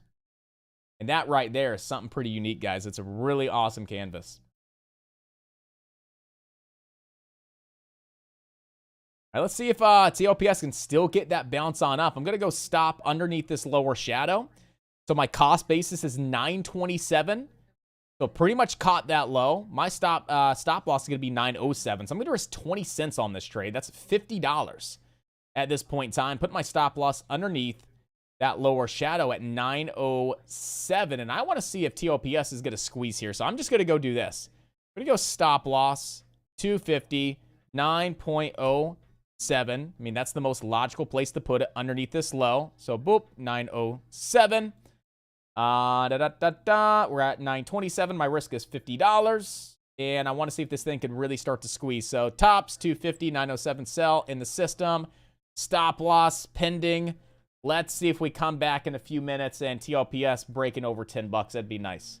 But right now, PEGY, nice squeeze formation, guys.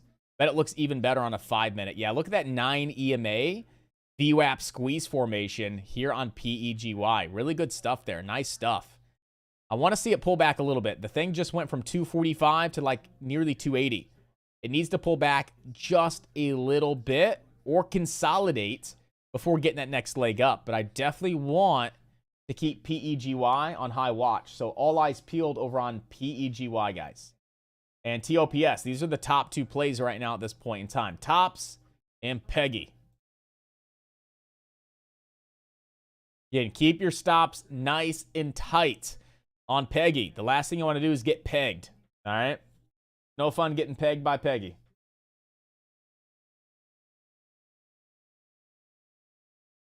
Yes, I'm talking about the one that took months to hang. Yes. I'm talking about the one that took a long time to hang. That one. You guys know which one I'm talking about.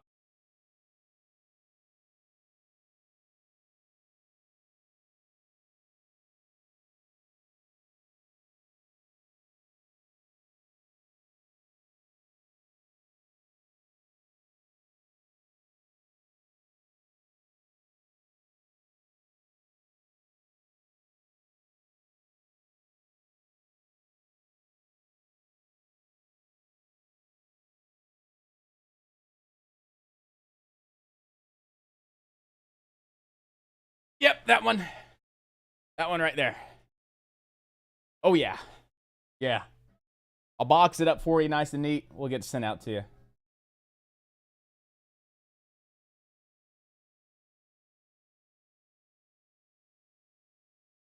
Steve, I'm just going to drive it to you in Orlando, man. I'm not going to mail it to you. It's probably going to cost me hundreds of dollars to mail that dang thing. I'll just drive it to you. Buy me a beer. All right, so I want to see PEGY pull back a little bit or consolidate before getting that next leg on up here. You know, we have support at VWAP. That's it. That's what we know here is we have support down at VWAP on PEGY. And, you know, TOPS is coming right into that 9 EMA here on the 5-minute. I don't know if I should just take the $90 and call it a day or risk the 50 and see what happens over the next, 30 minutes to an hour on TOPS.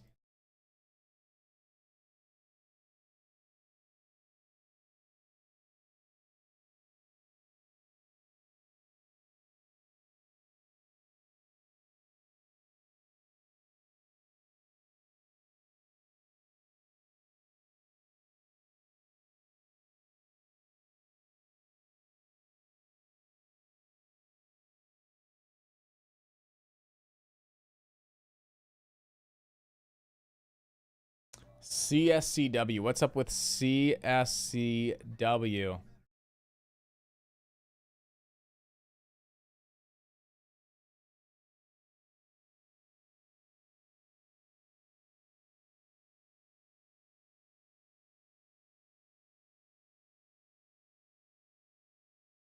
It's a really light grind today. Really slow and steady grind there on CSCW. So not really seeing too much there.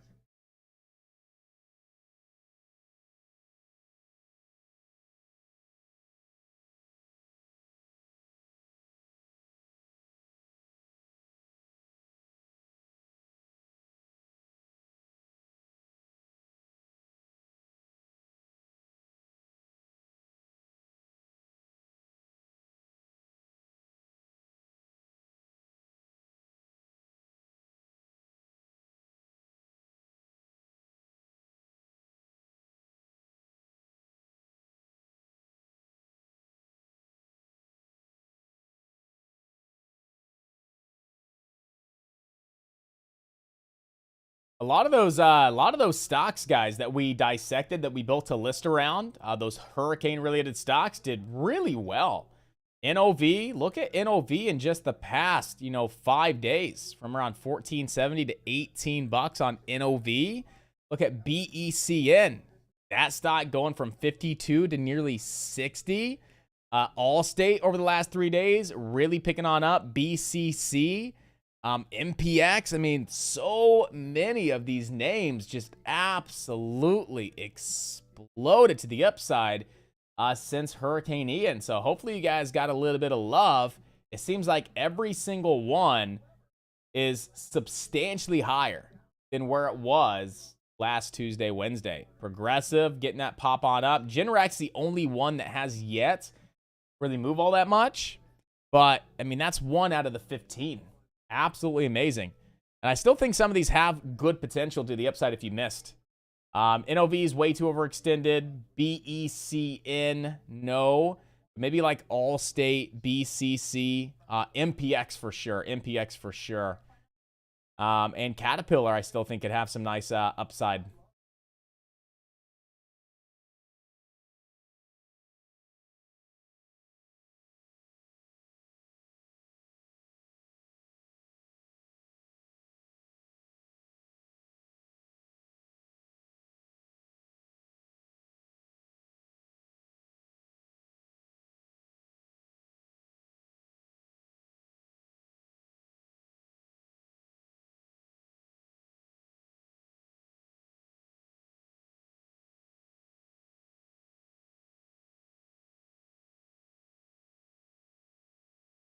Oh man, it's not a super action-packed day like yesterday. It's really not. Yesterday was pretty action-packed.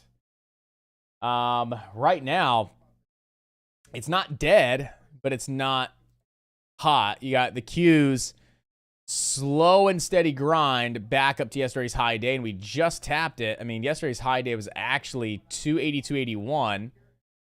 I'm really tempted to grab maybe a little bit of a short position just right off that high. But really would like to try and catch it off the 20 EMA, guys. That's all the way up at 284. Right up at 284. I would really like to try and grab a short off the 20 EMA if we were to still squeeze another, maybe a 1.5 to the upside if we were to break over yesterday's high a day. The SPY is getting really close to its 20 EMA. Right there at 378.82. But I should probably switch on over from the Qs to the SPY.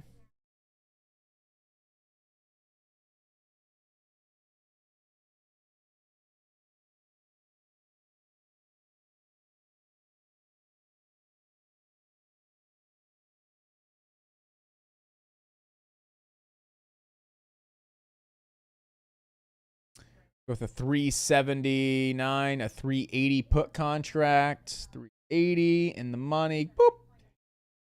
Yeah, I mean, if we can get that overextended little bit of that pop here on the SPY right into this like 378.82, 378.85, like to the penny, I would take a quick maybe 5 or 10 contracts, put contracts on the SPY, looking for it to retreat just a little bit off that level to the penny if it does look overextended.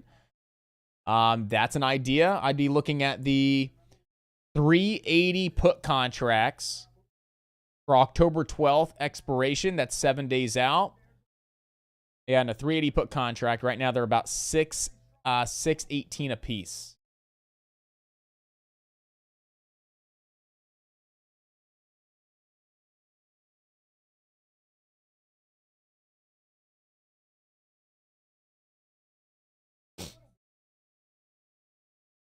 Have to be just a big, like a big squeeze on up, like one of those squeezes, and then you get that little bit of that retreat, maybe 50 cents or so, like that. You see how it's kind of moving like that?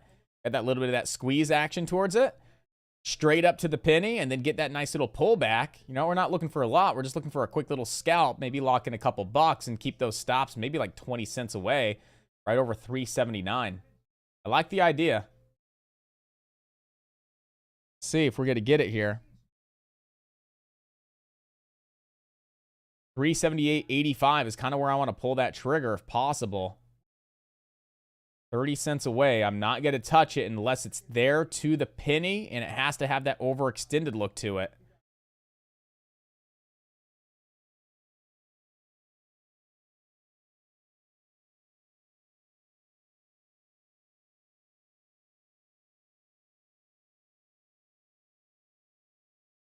We're officially green on the SPY now. I'd really like to see that 20 EMA hit.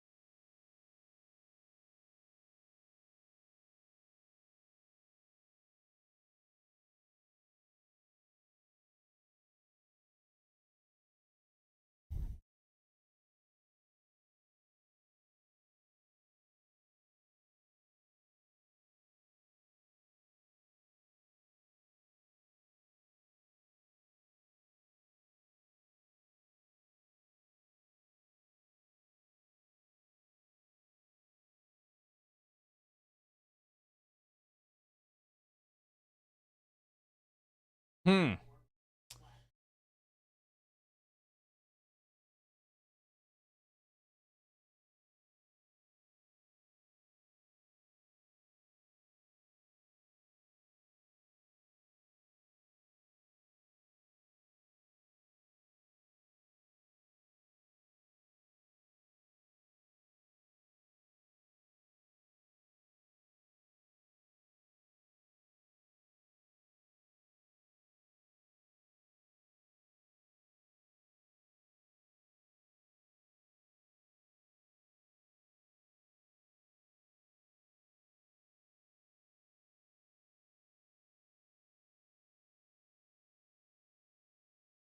Yeah, so when I thought you were ignoring the candle to draw from the candle prior, I thought it was an intentional, like ignoring that to start there to run down to connect it. But when you go back to the high, then yes, it's validated, right? I didn't know you were going back to the high and then connecting. I thought you were blatantly ignoring that candle to connect from the previous day candle just to get a valid trend line there. So now that I have some clarification on it, that's a good trend line. That's a good downtrend. Absolutely. 100%. I like it.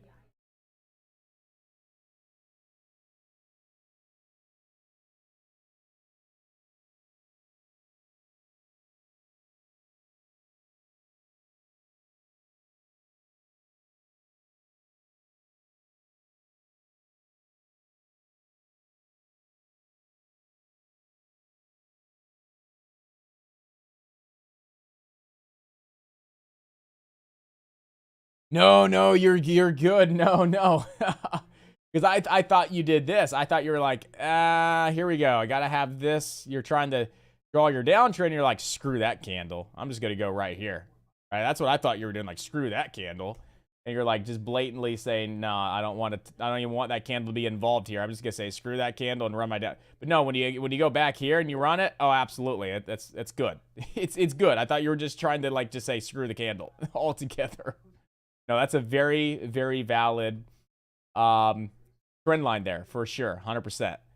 Yeah, it was breached momentarily, right? But it came right back down below. So yeah, downtrend. I'm into that downtrend right now at this point in time. And that does put you around that 380, like you said, for sure.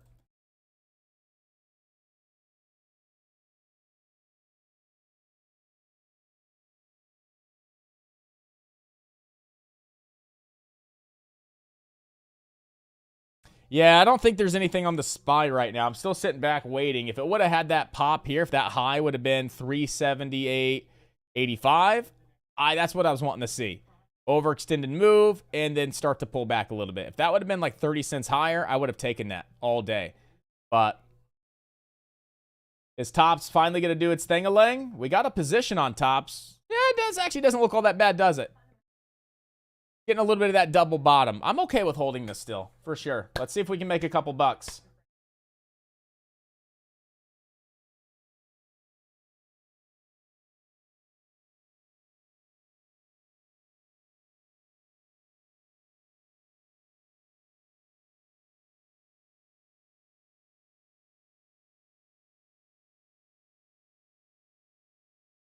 Yeah, I wanted to be very picky on that one because I wanted to get maybe 10 contracts or so.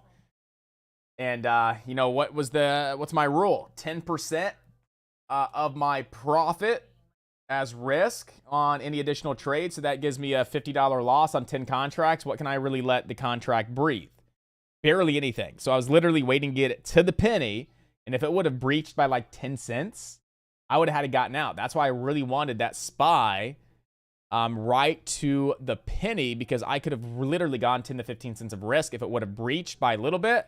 I was thinking it was going to overextend, pop to the penny, hit, and then retreat a little bit. So, oh, wow. Tops is getting some action. Hey, look at that. Nice entry. Nail on the bottom. Good stuff. Back over 10 now. Got to lock in some profits over 10. That was my plan, was to lock in some profits over 10. Let's do this. Let's go in here. Let's lock in half. Let's do the right thing. Lock in half over 10. Cancel. And yeah, we'll lock in half here over 10 in a few seconds. If it's going to keep squeezing, I'm going to let it squeeze. But I got my finger on the trigger to sell half right here around 10 bucks. Because that was my game plan. Get a bounce back up towards around 10. Yeah, let's go ahead and lock in half. Do the right thing.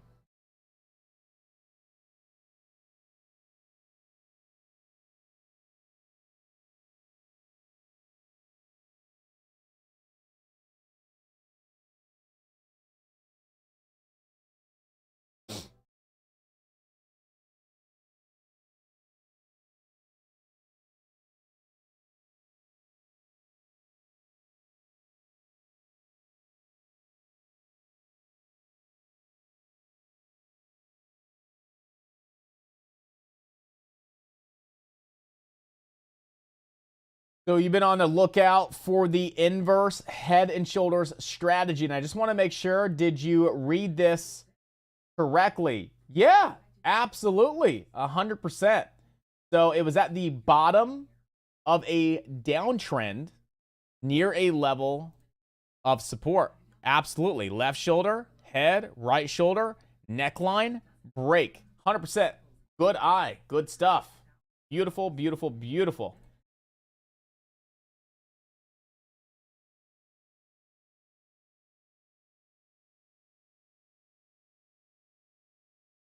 Absolutely. Good eye, man. Really clean stuff. I like it. So my reason for the trade, just so you guys know, was we came down here and put in that little double bottom, right? You can kind of see it, that little double bottom here on tops before really ripping to 1160. That bottom here was right at 917. Well, we cracked on down and just slowly fading and falling. I was willing to pull the trigger right here with a small size right at that support level, expecting it to bounce back on up because it is still one of the top stocks of the day. This is the one stock that traders are really just waiting to see if it starts moving, and they'll pile right back in. It's a hot stock, right? And my stops are really nice and tight. You know, I was going to stop out under that VWAP. So look at how tight my stops are, but look at how much potential to the upside there is. So it was worth the risk to me. But I literally just got in right here off that level of support, expecting it to eventually start to reverse and bounce on back up. Willing to take that low risk to make a decent little profit. We got about $1 a share right now, which isn't bad. We'll be able to add another, you know, maybe a couple $100 to the bottom line and the last part of the day, which is not bad.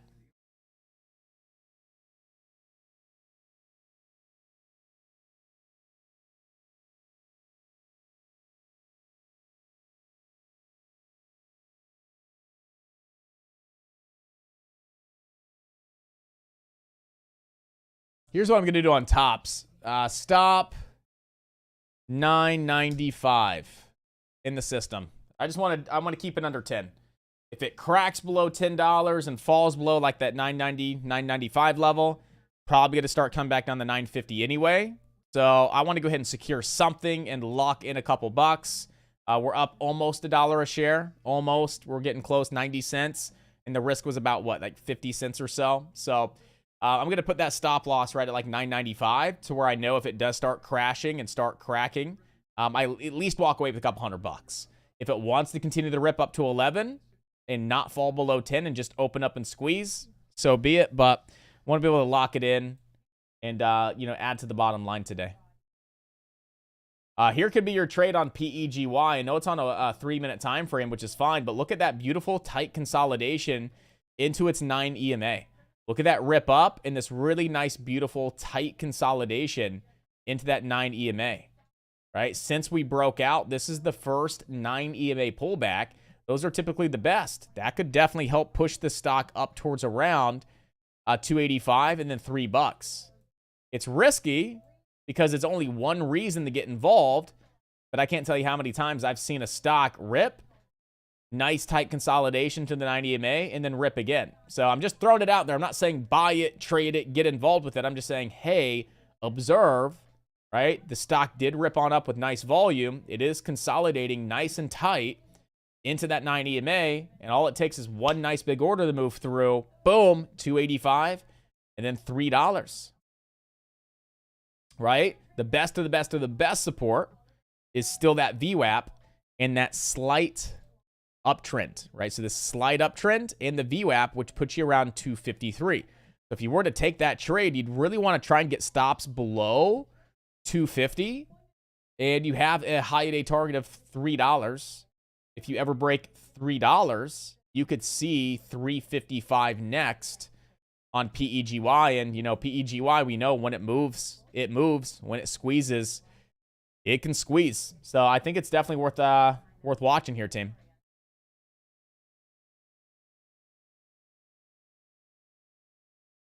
So I probably won't take that trade on the SPY. The reason for that is I wanted to see that big squeeze on up right here on this candle. I wanted to see it overextended, right? This would have been very overextended. It was due to consolidate or due to pull back. But what do we have here? We start to see that little red candle at pullback. What's it doing? It's already consolidating into the 9 EMA.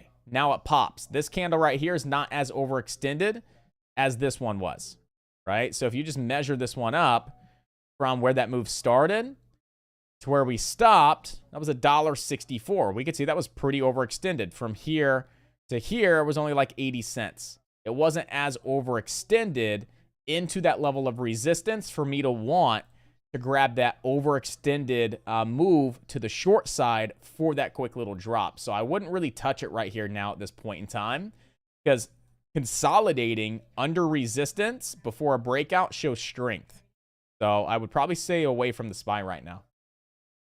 For me anyway. All right, so I guess I got stopped out there on tops, which is a good stop out. I'll take it. Came back down to like 980s.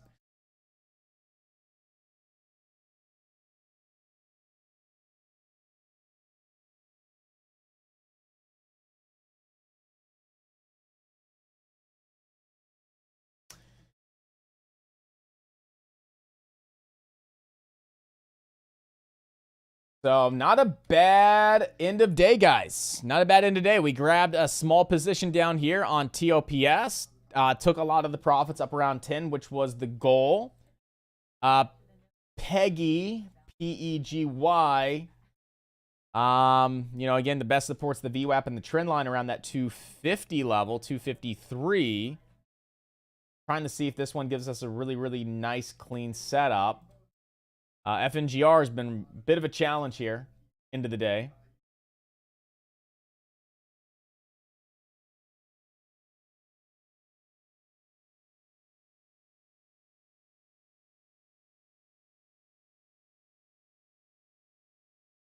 So the Qs, where are the Qs? 20 EMA. Whoop! Way up there at 284.67. So, I mean, if we just literally see this candle, the next candle, straight up, that overextended look, just straight up into that 20 EMA, I would try to go for a quick little scalp there on the Qs. That's about $1 away here on the Qs. That would put the SPY $1 higher maybe as well to 380. And what's at 380 on the SPY? The downtrend. What's $1 away here on the Qs? 20 EMA. So both the Qs and the SPY would be hitting some pretty nice levels of resistance. We can maybe see those two retreat a little bit. We're not looking for dollars. We're looking for maybe 50 cents. So, I mean, I would think about giving that a go.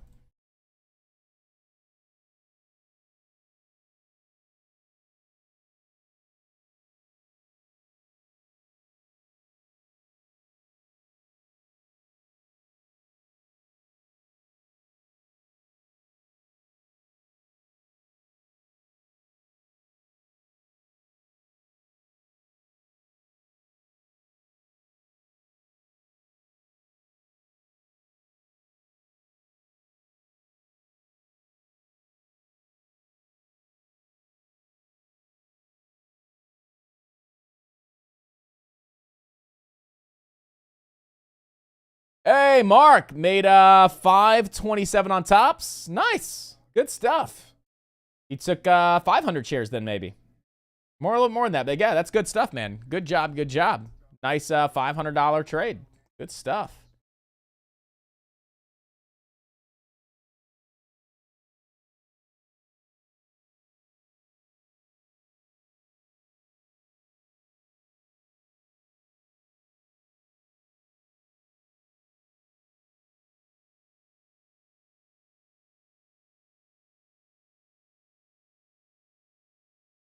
Thousand shares? Okay, very cool though. Nice, nice trade there. Good stuff.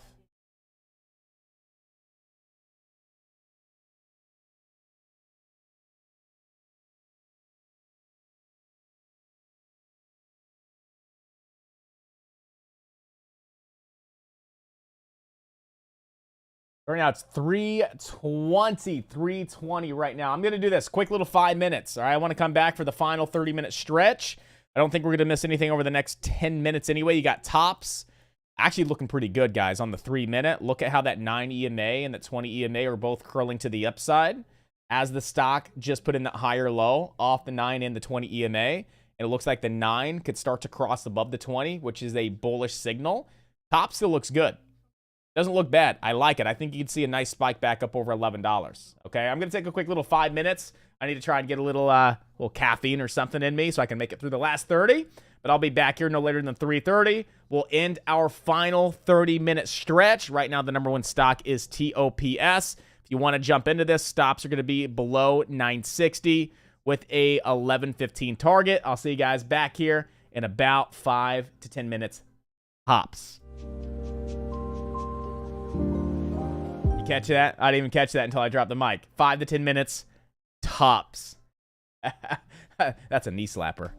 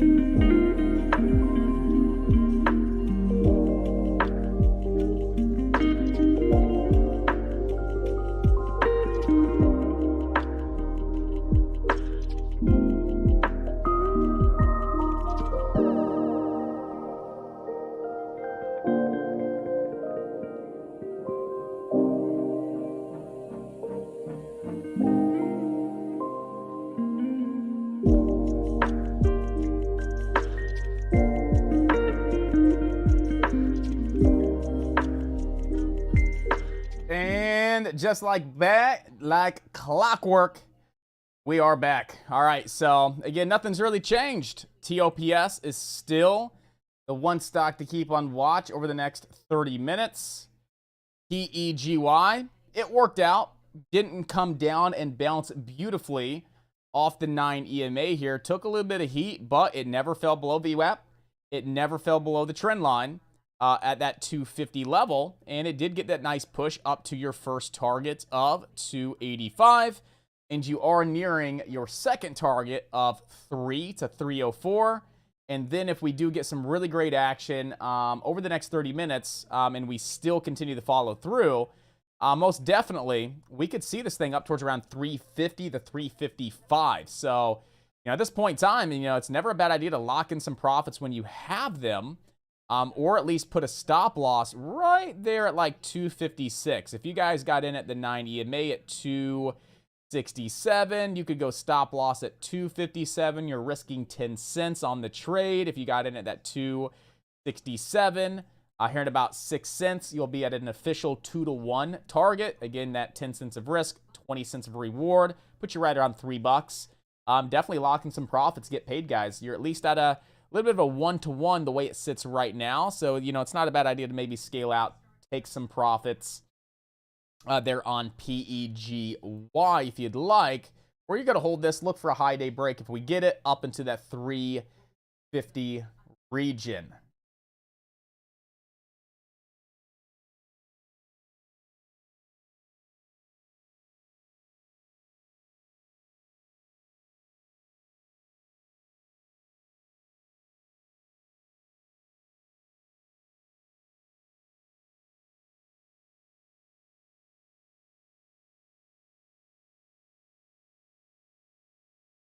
So I don't want to get freshly involved with tops. I don't want to enter a fresh position here on tops. I don't want to enter a fresh position on PEGY, but there's $3 for you guys. FNGR, I'm taking that off the watch list. We'll come back to it tomorrow, see if there's anything going on. The SPY came up and tapped the 20 EMA, and the Qs still have a little bit more to go. Another $1-ish to the upside. A little bit more than that, about a $1.60 here. The Qs. We're officially positive on the day.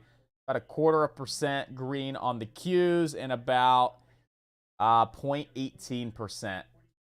So a fifth of a percent there on the buy. You guys see anything that's standing out to you? Let me know. Let's take a look at it right now. It's still those two stocks. Look at ATXS. That's hitting a high today momentum scanner. Let's go check out ATXS real quick, see if there's anything there. Things had a nice couple of days to it over on ATXS. Wedbush lifting the price down. That was back in August. So this was on the 2nd. No, we haven't had any recent news on ATXS. ATXS. See if there's any filings. September 16th was the last filing. So this thing just getting a nice little daily breakout and continuing on up. Very light intraday volume, though.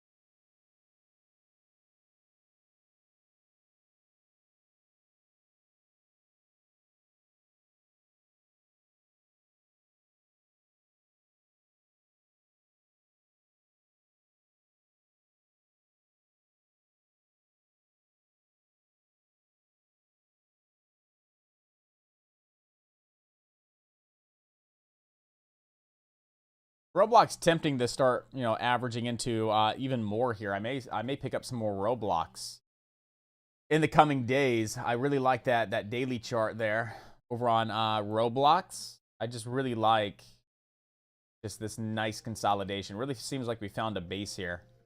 Roblox above 24. I may be adding a little bit more Roblox to my long term.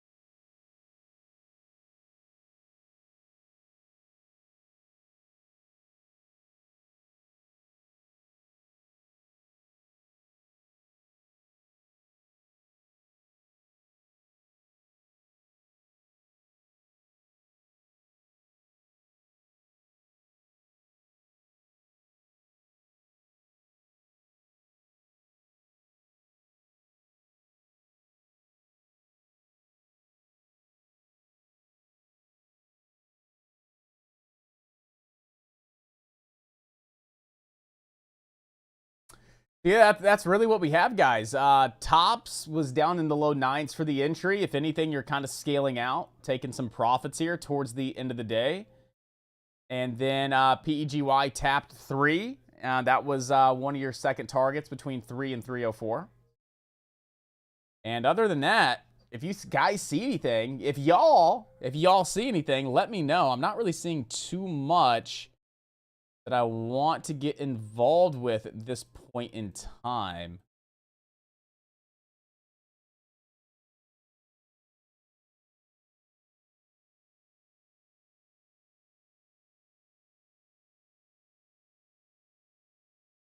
No, I didn't take any puts around 380. No, I did not. It would have got a little bit closer to 380, maybe, and that was kind of the game plan. Is the Qs, when we were looking at it, the Qs had about $1 to the upside before they hit their 20 EMA. The SPY had about $1 to the upside before it hit that downtrend. So if the SPY and the Qs would have both pushed about $1 higher, SPY into the downtrend, right around 380, the Qs into the 20 EMA, I would have taken some put contracts, but I did not. There on the SPY or the Qs. Again, when I'm taking 5 to 10 contracts, at this point in time, risking 10% of what I'm up, I got to make sure that I'm getting the trade like literally to the penny. I can't afford to let the thing breathe on that many contracts. That's 10 cents on 5 contracts.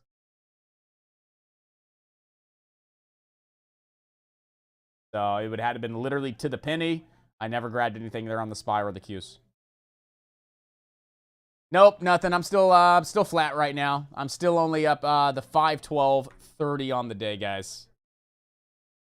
So the only other trade I had was the downtrend before lunch. It was the one contract that I took a quick $8 on. Took care of commissions and fees. Took care of commissions and fees. So no, that's how I'm gonna probably end the day. On the options account, I know a majority of the profits came from BBAI, but this is the account that I'm trading more options on here with you guys. So that was that, about 5:12:30, and then I'm most likely to be closing up my day here on my main account since this one had a lot of issues. We'll have to see what the actual P&L is. I don't think it's 257 because it looks like they had to do an internal reset that happens every now and then because there was a lot of technical issues with Lightspeed this morning with their quotes. And you guys saw I was in a short position and there was nothing happening. And I don't know what happened. So they said it was closed out, zeroed out, basically act like the trade never happened. I think there was a trade prior to that I lost $100 on, like 120, but I had maybe $40 from pre-market. So call it $100 on that account. Just call it, $100, not 257, but let's say $100 that account. So it was a decent day. I'm actually gonna even just remove that from the profit box. I'm not sure what the accurate P&L is for.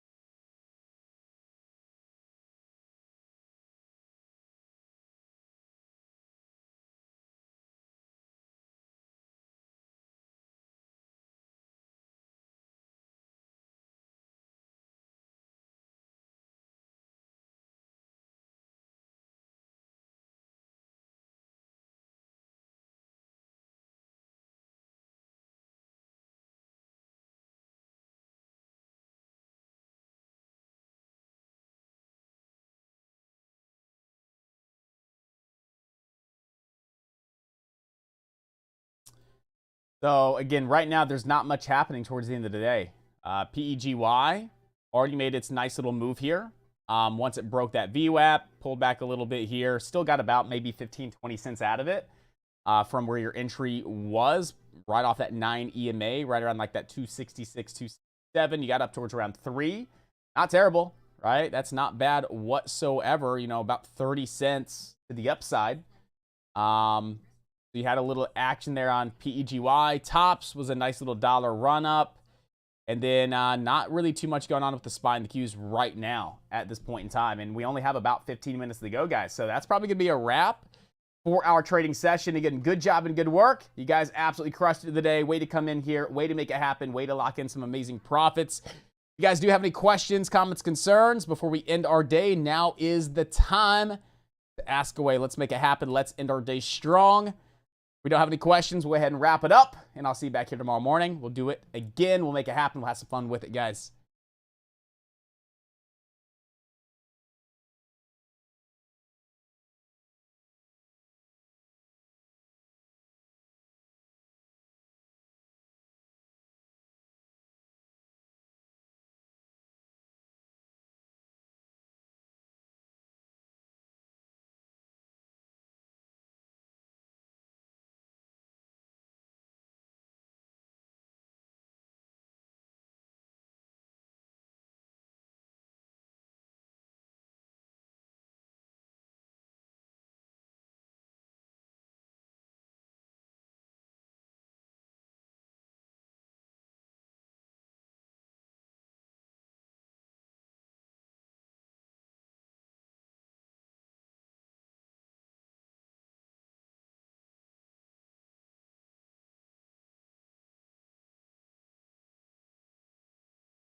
Joey's like, all right, 3, 2, 1, let's go. He's like, get out of here. 3, 2, 1, woo! I'm just logging the Q trade, the QQQ trade, and we got out of that one at, what was that, 10:02. That was a quick trade. 10:02 was in boom boom. 10:02:37. We'll go 10:02.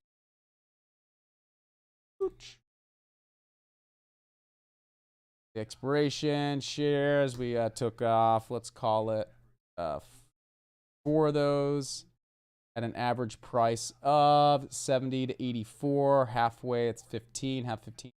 7 up. 570, 576, and 10. And last one was a sell put contract at 1019. 1019. We got rid of one of those at a price of $6.05. 6.25 on the runner.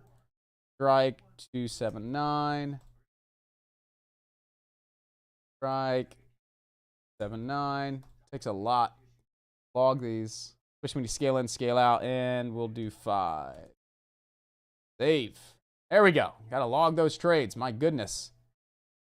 They don't link with Fidelity, nor do they link with Lightspeed, which is unfortunate, but I love the system.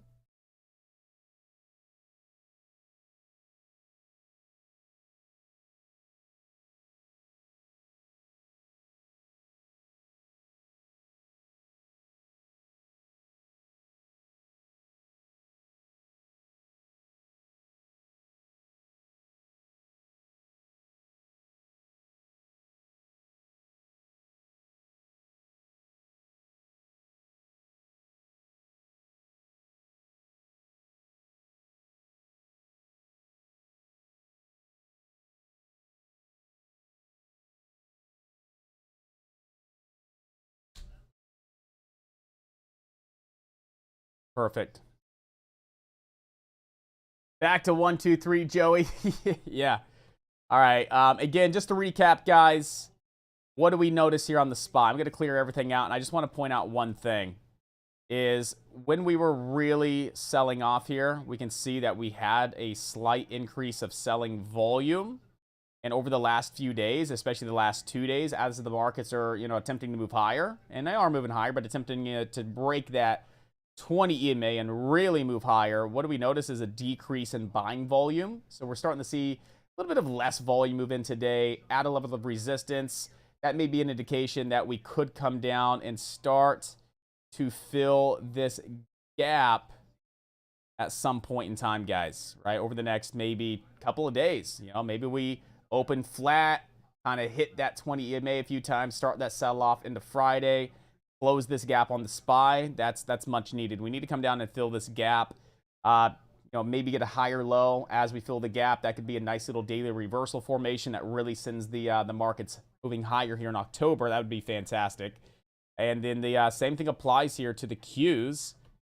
Is we gotta fill this gap at some point. Come down, really close this gap, nice and clean. And that could possibly give us a daily higher low that we could push off of. The Qs were in the gap zone today, but bottom of the gap level would have been, yeah, it did hit the wick. Hit the wick almost to the penny, but I'd still like to see that gap close. The SPY hasn't technically closed yet. The SPY didn't drop as low today that the Qs did. So, still want to keep it on watch. I want to see if those gaps can be filled on both SPY and the Qs with like a nice full body, and then see a couple of days of us holding that gap level. That would create some kind of higher low formation that we could push off of and see, some nice action in the coming weeks here in the overall market. So just be keeping this on watch for tomorrow. The Qs resistance is that 20 EMA, guys. We did close that gap today right here. We just closed this gap officially today. We could see a slight gap up here into tomorrow, into this 20 EMA, and then start to see that, that retreat. Tomorrow on Friday, we'll have to see how the market's open. Again, news is definitely something to pay attention to. And then that gap here on the SPY was already closed as of yesterday. But again, resistance right at that 20 EMA at this point in time here on the SPY, guys. So we'll have to see what we have tomorrow, but just wanted to point out a few things on the SPY and the Qs. You guys can end your day strong. Top stocks to be watching tonight and after hours. Number 1, you got PEGY. Don't get pegged by Pegy. Lock in profits when you have them if you're looking to be involved with this stock here this evening. And then lastly, TOPS. Looking to see if we can get some action here on TOPS tonight. We do have room to $13 on TOPS with bottom support at 917. Here on PEGY, we have resistance at 304, and then 355, and then $4. Bottom support right now, still right around that 250. Market's been pretty decent. Monday was very choppy yesterday. Picked up a lot right? Picked up a lot. It looks like the Qs are starting to really drop on off here into the day.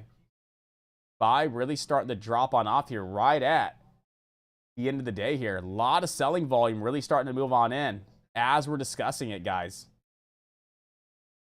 Yeah, there's the SPY drop there, the Q drop. Really starting to pick up some steam to the downside here, traders.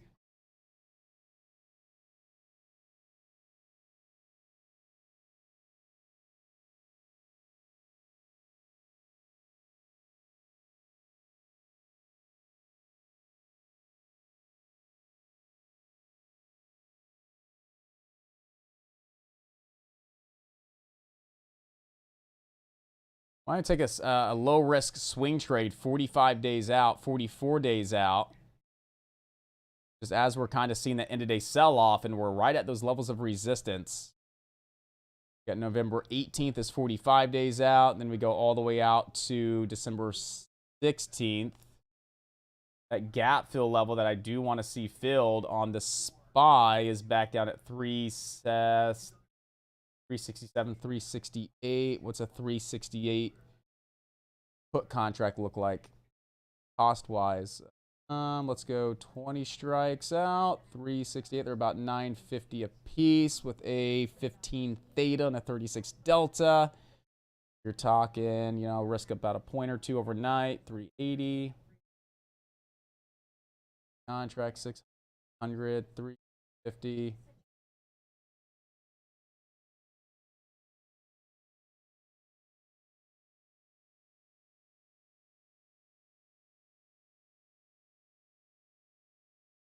Yeah, I'm going to take a couple of contracts as a low-risk swing trade right off those levels of resistance. As we noticed, volume's kind of tapered off the last couple of days, and I do believe we come down and fill those gaps.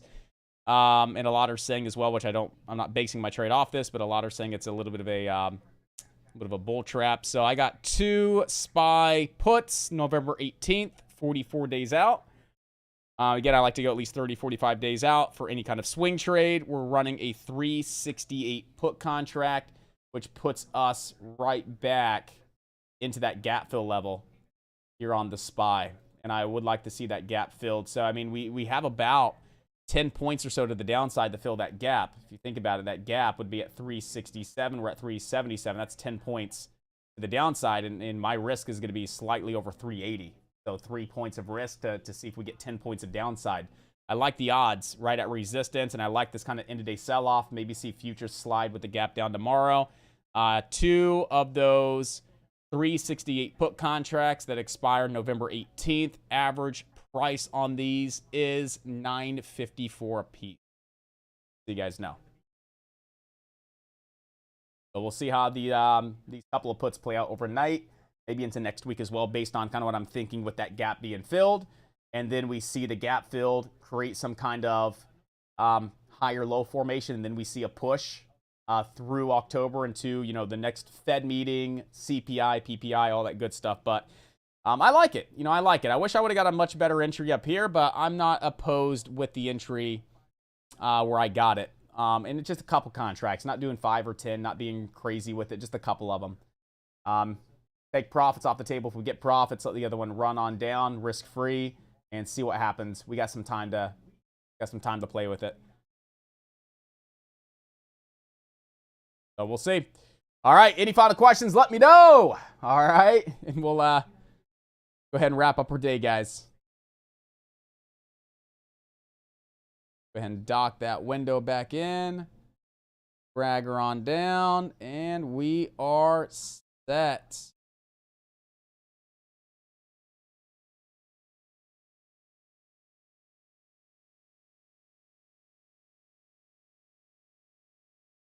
Yeah, I like it too. I like it too. We'll see how it plays on out into tomorrow. Seeing a nice little end-of-day drop with some nice selling volume. Maybe we see some of the end-of-day selling pressure kind of bleed in here in futures overnight into tomorrow. And we'll just have to see, right? If we gap up tomorrow, then, you know, we'll just take a small little loss. We got some, you know, plenty of time to play with these and stuff like that. We can manage the position well based on what happens tomorrow.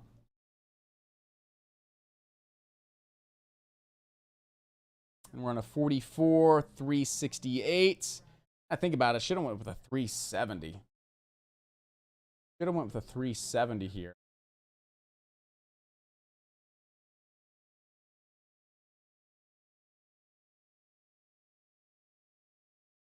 Yeah, the 370 would have been a little, yeah, the 370 would have been the way to go, but I went with the 368. So I'm right here at that 368.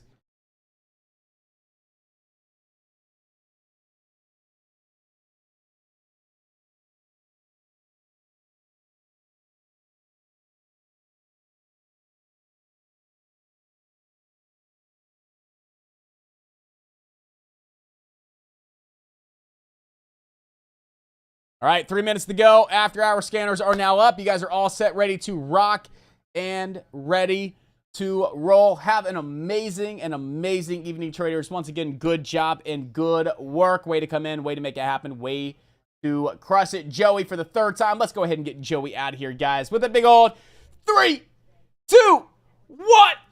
Woo! Joey, you are released, my friend. Have an amazing evening, ladies and gentlemen. I'll see you back here tomorrow morning, bright and early, 7 a.m. as we kick off Thursday trading. Stay blessed. Take care. I'll see you guys back here tomorrow morning. See you guys then.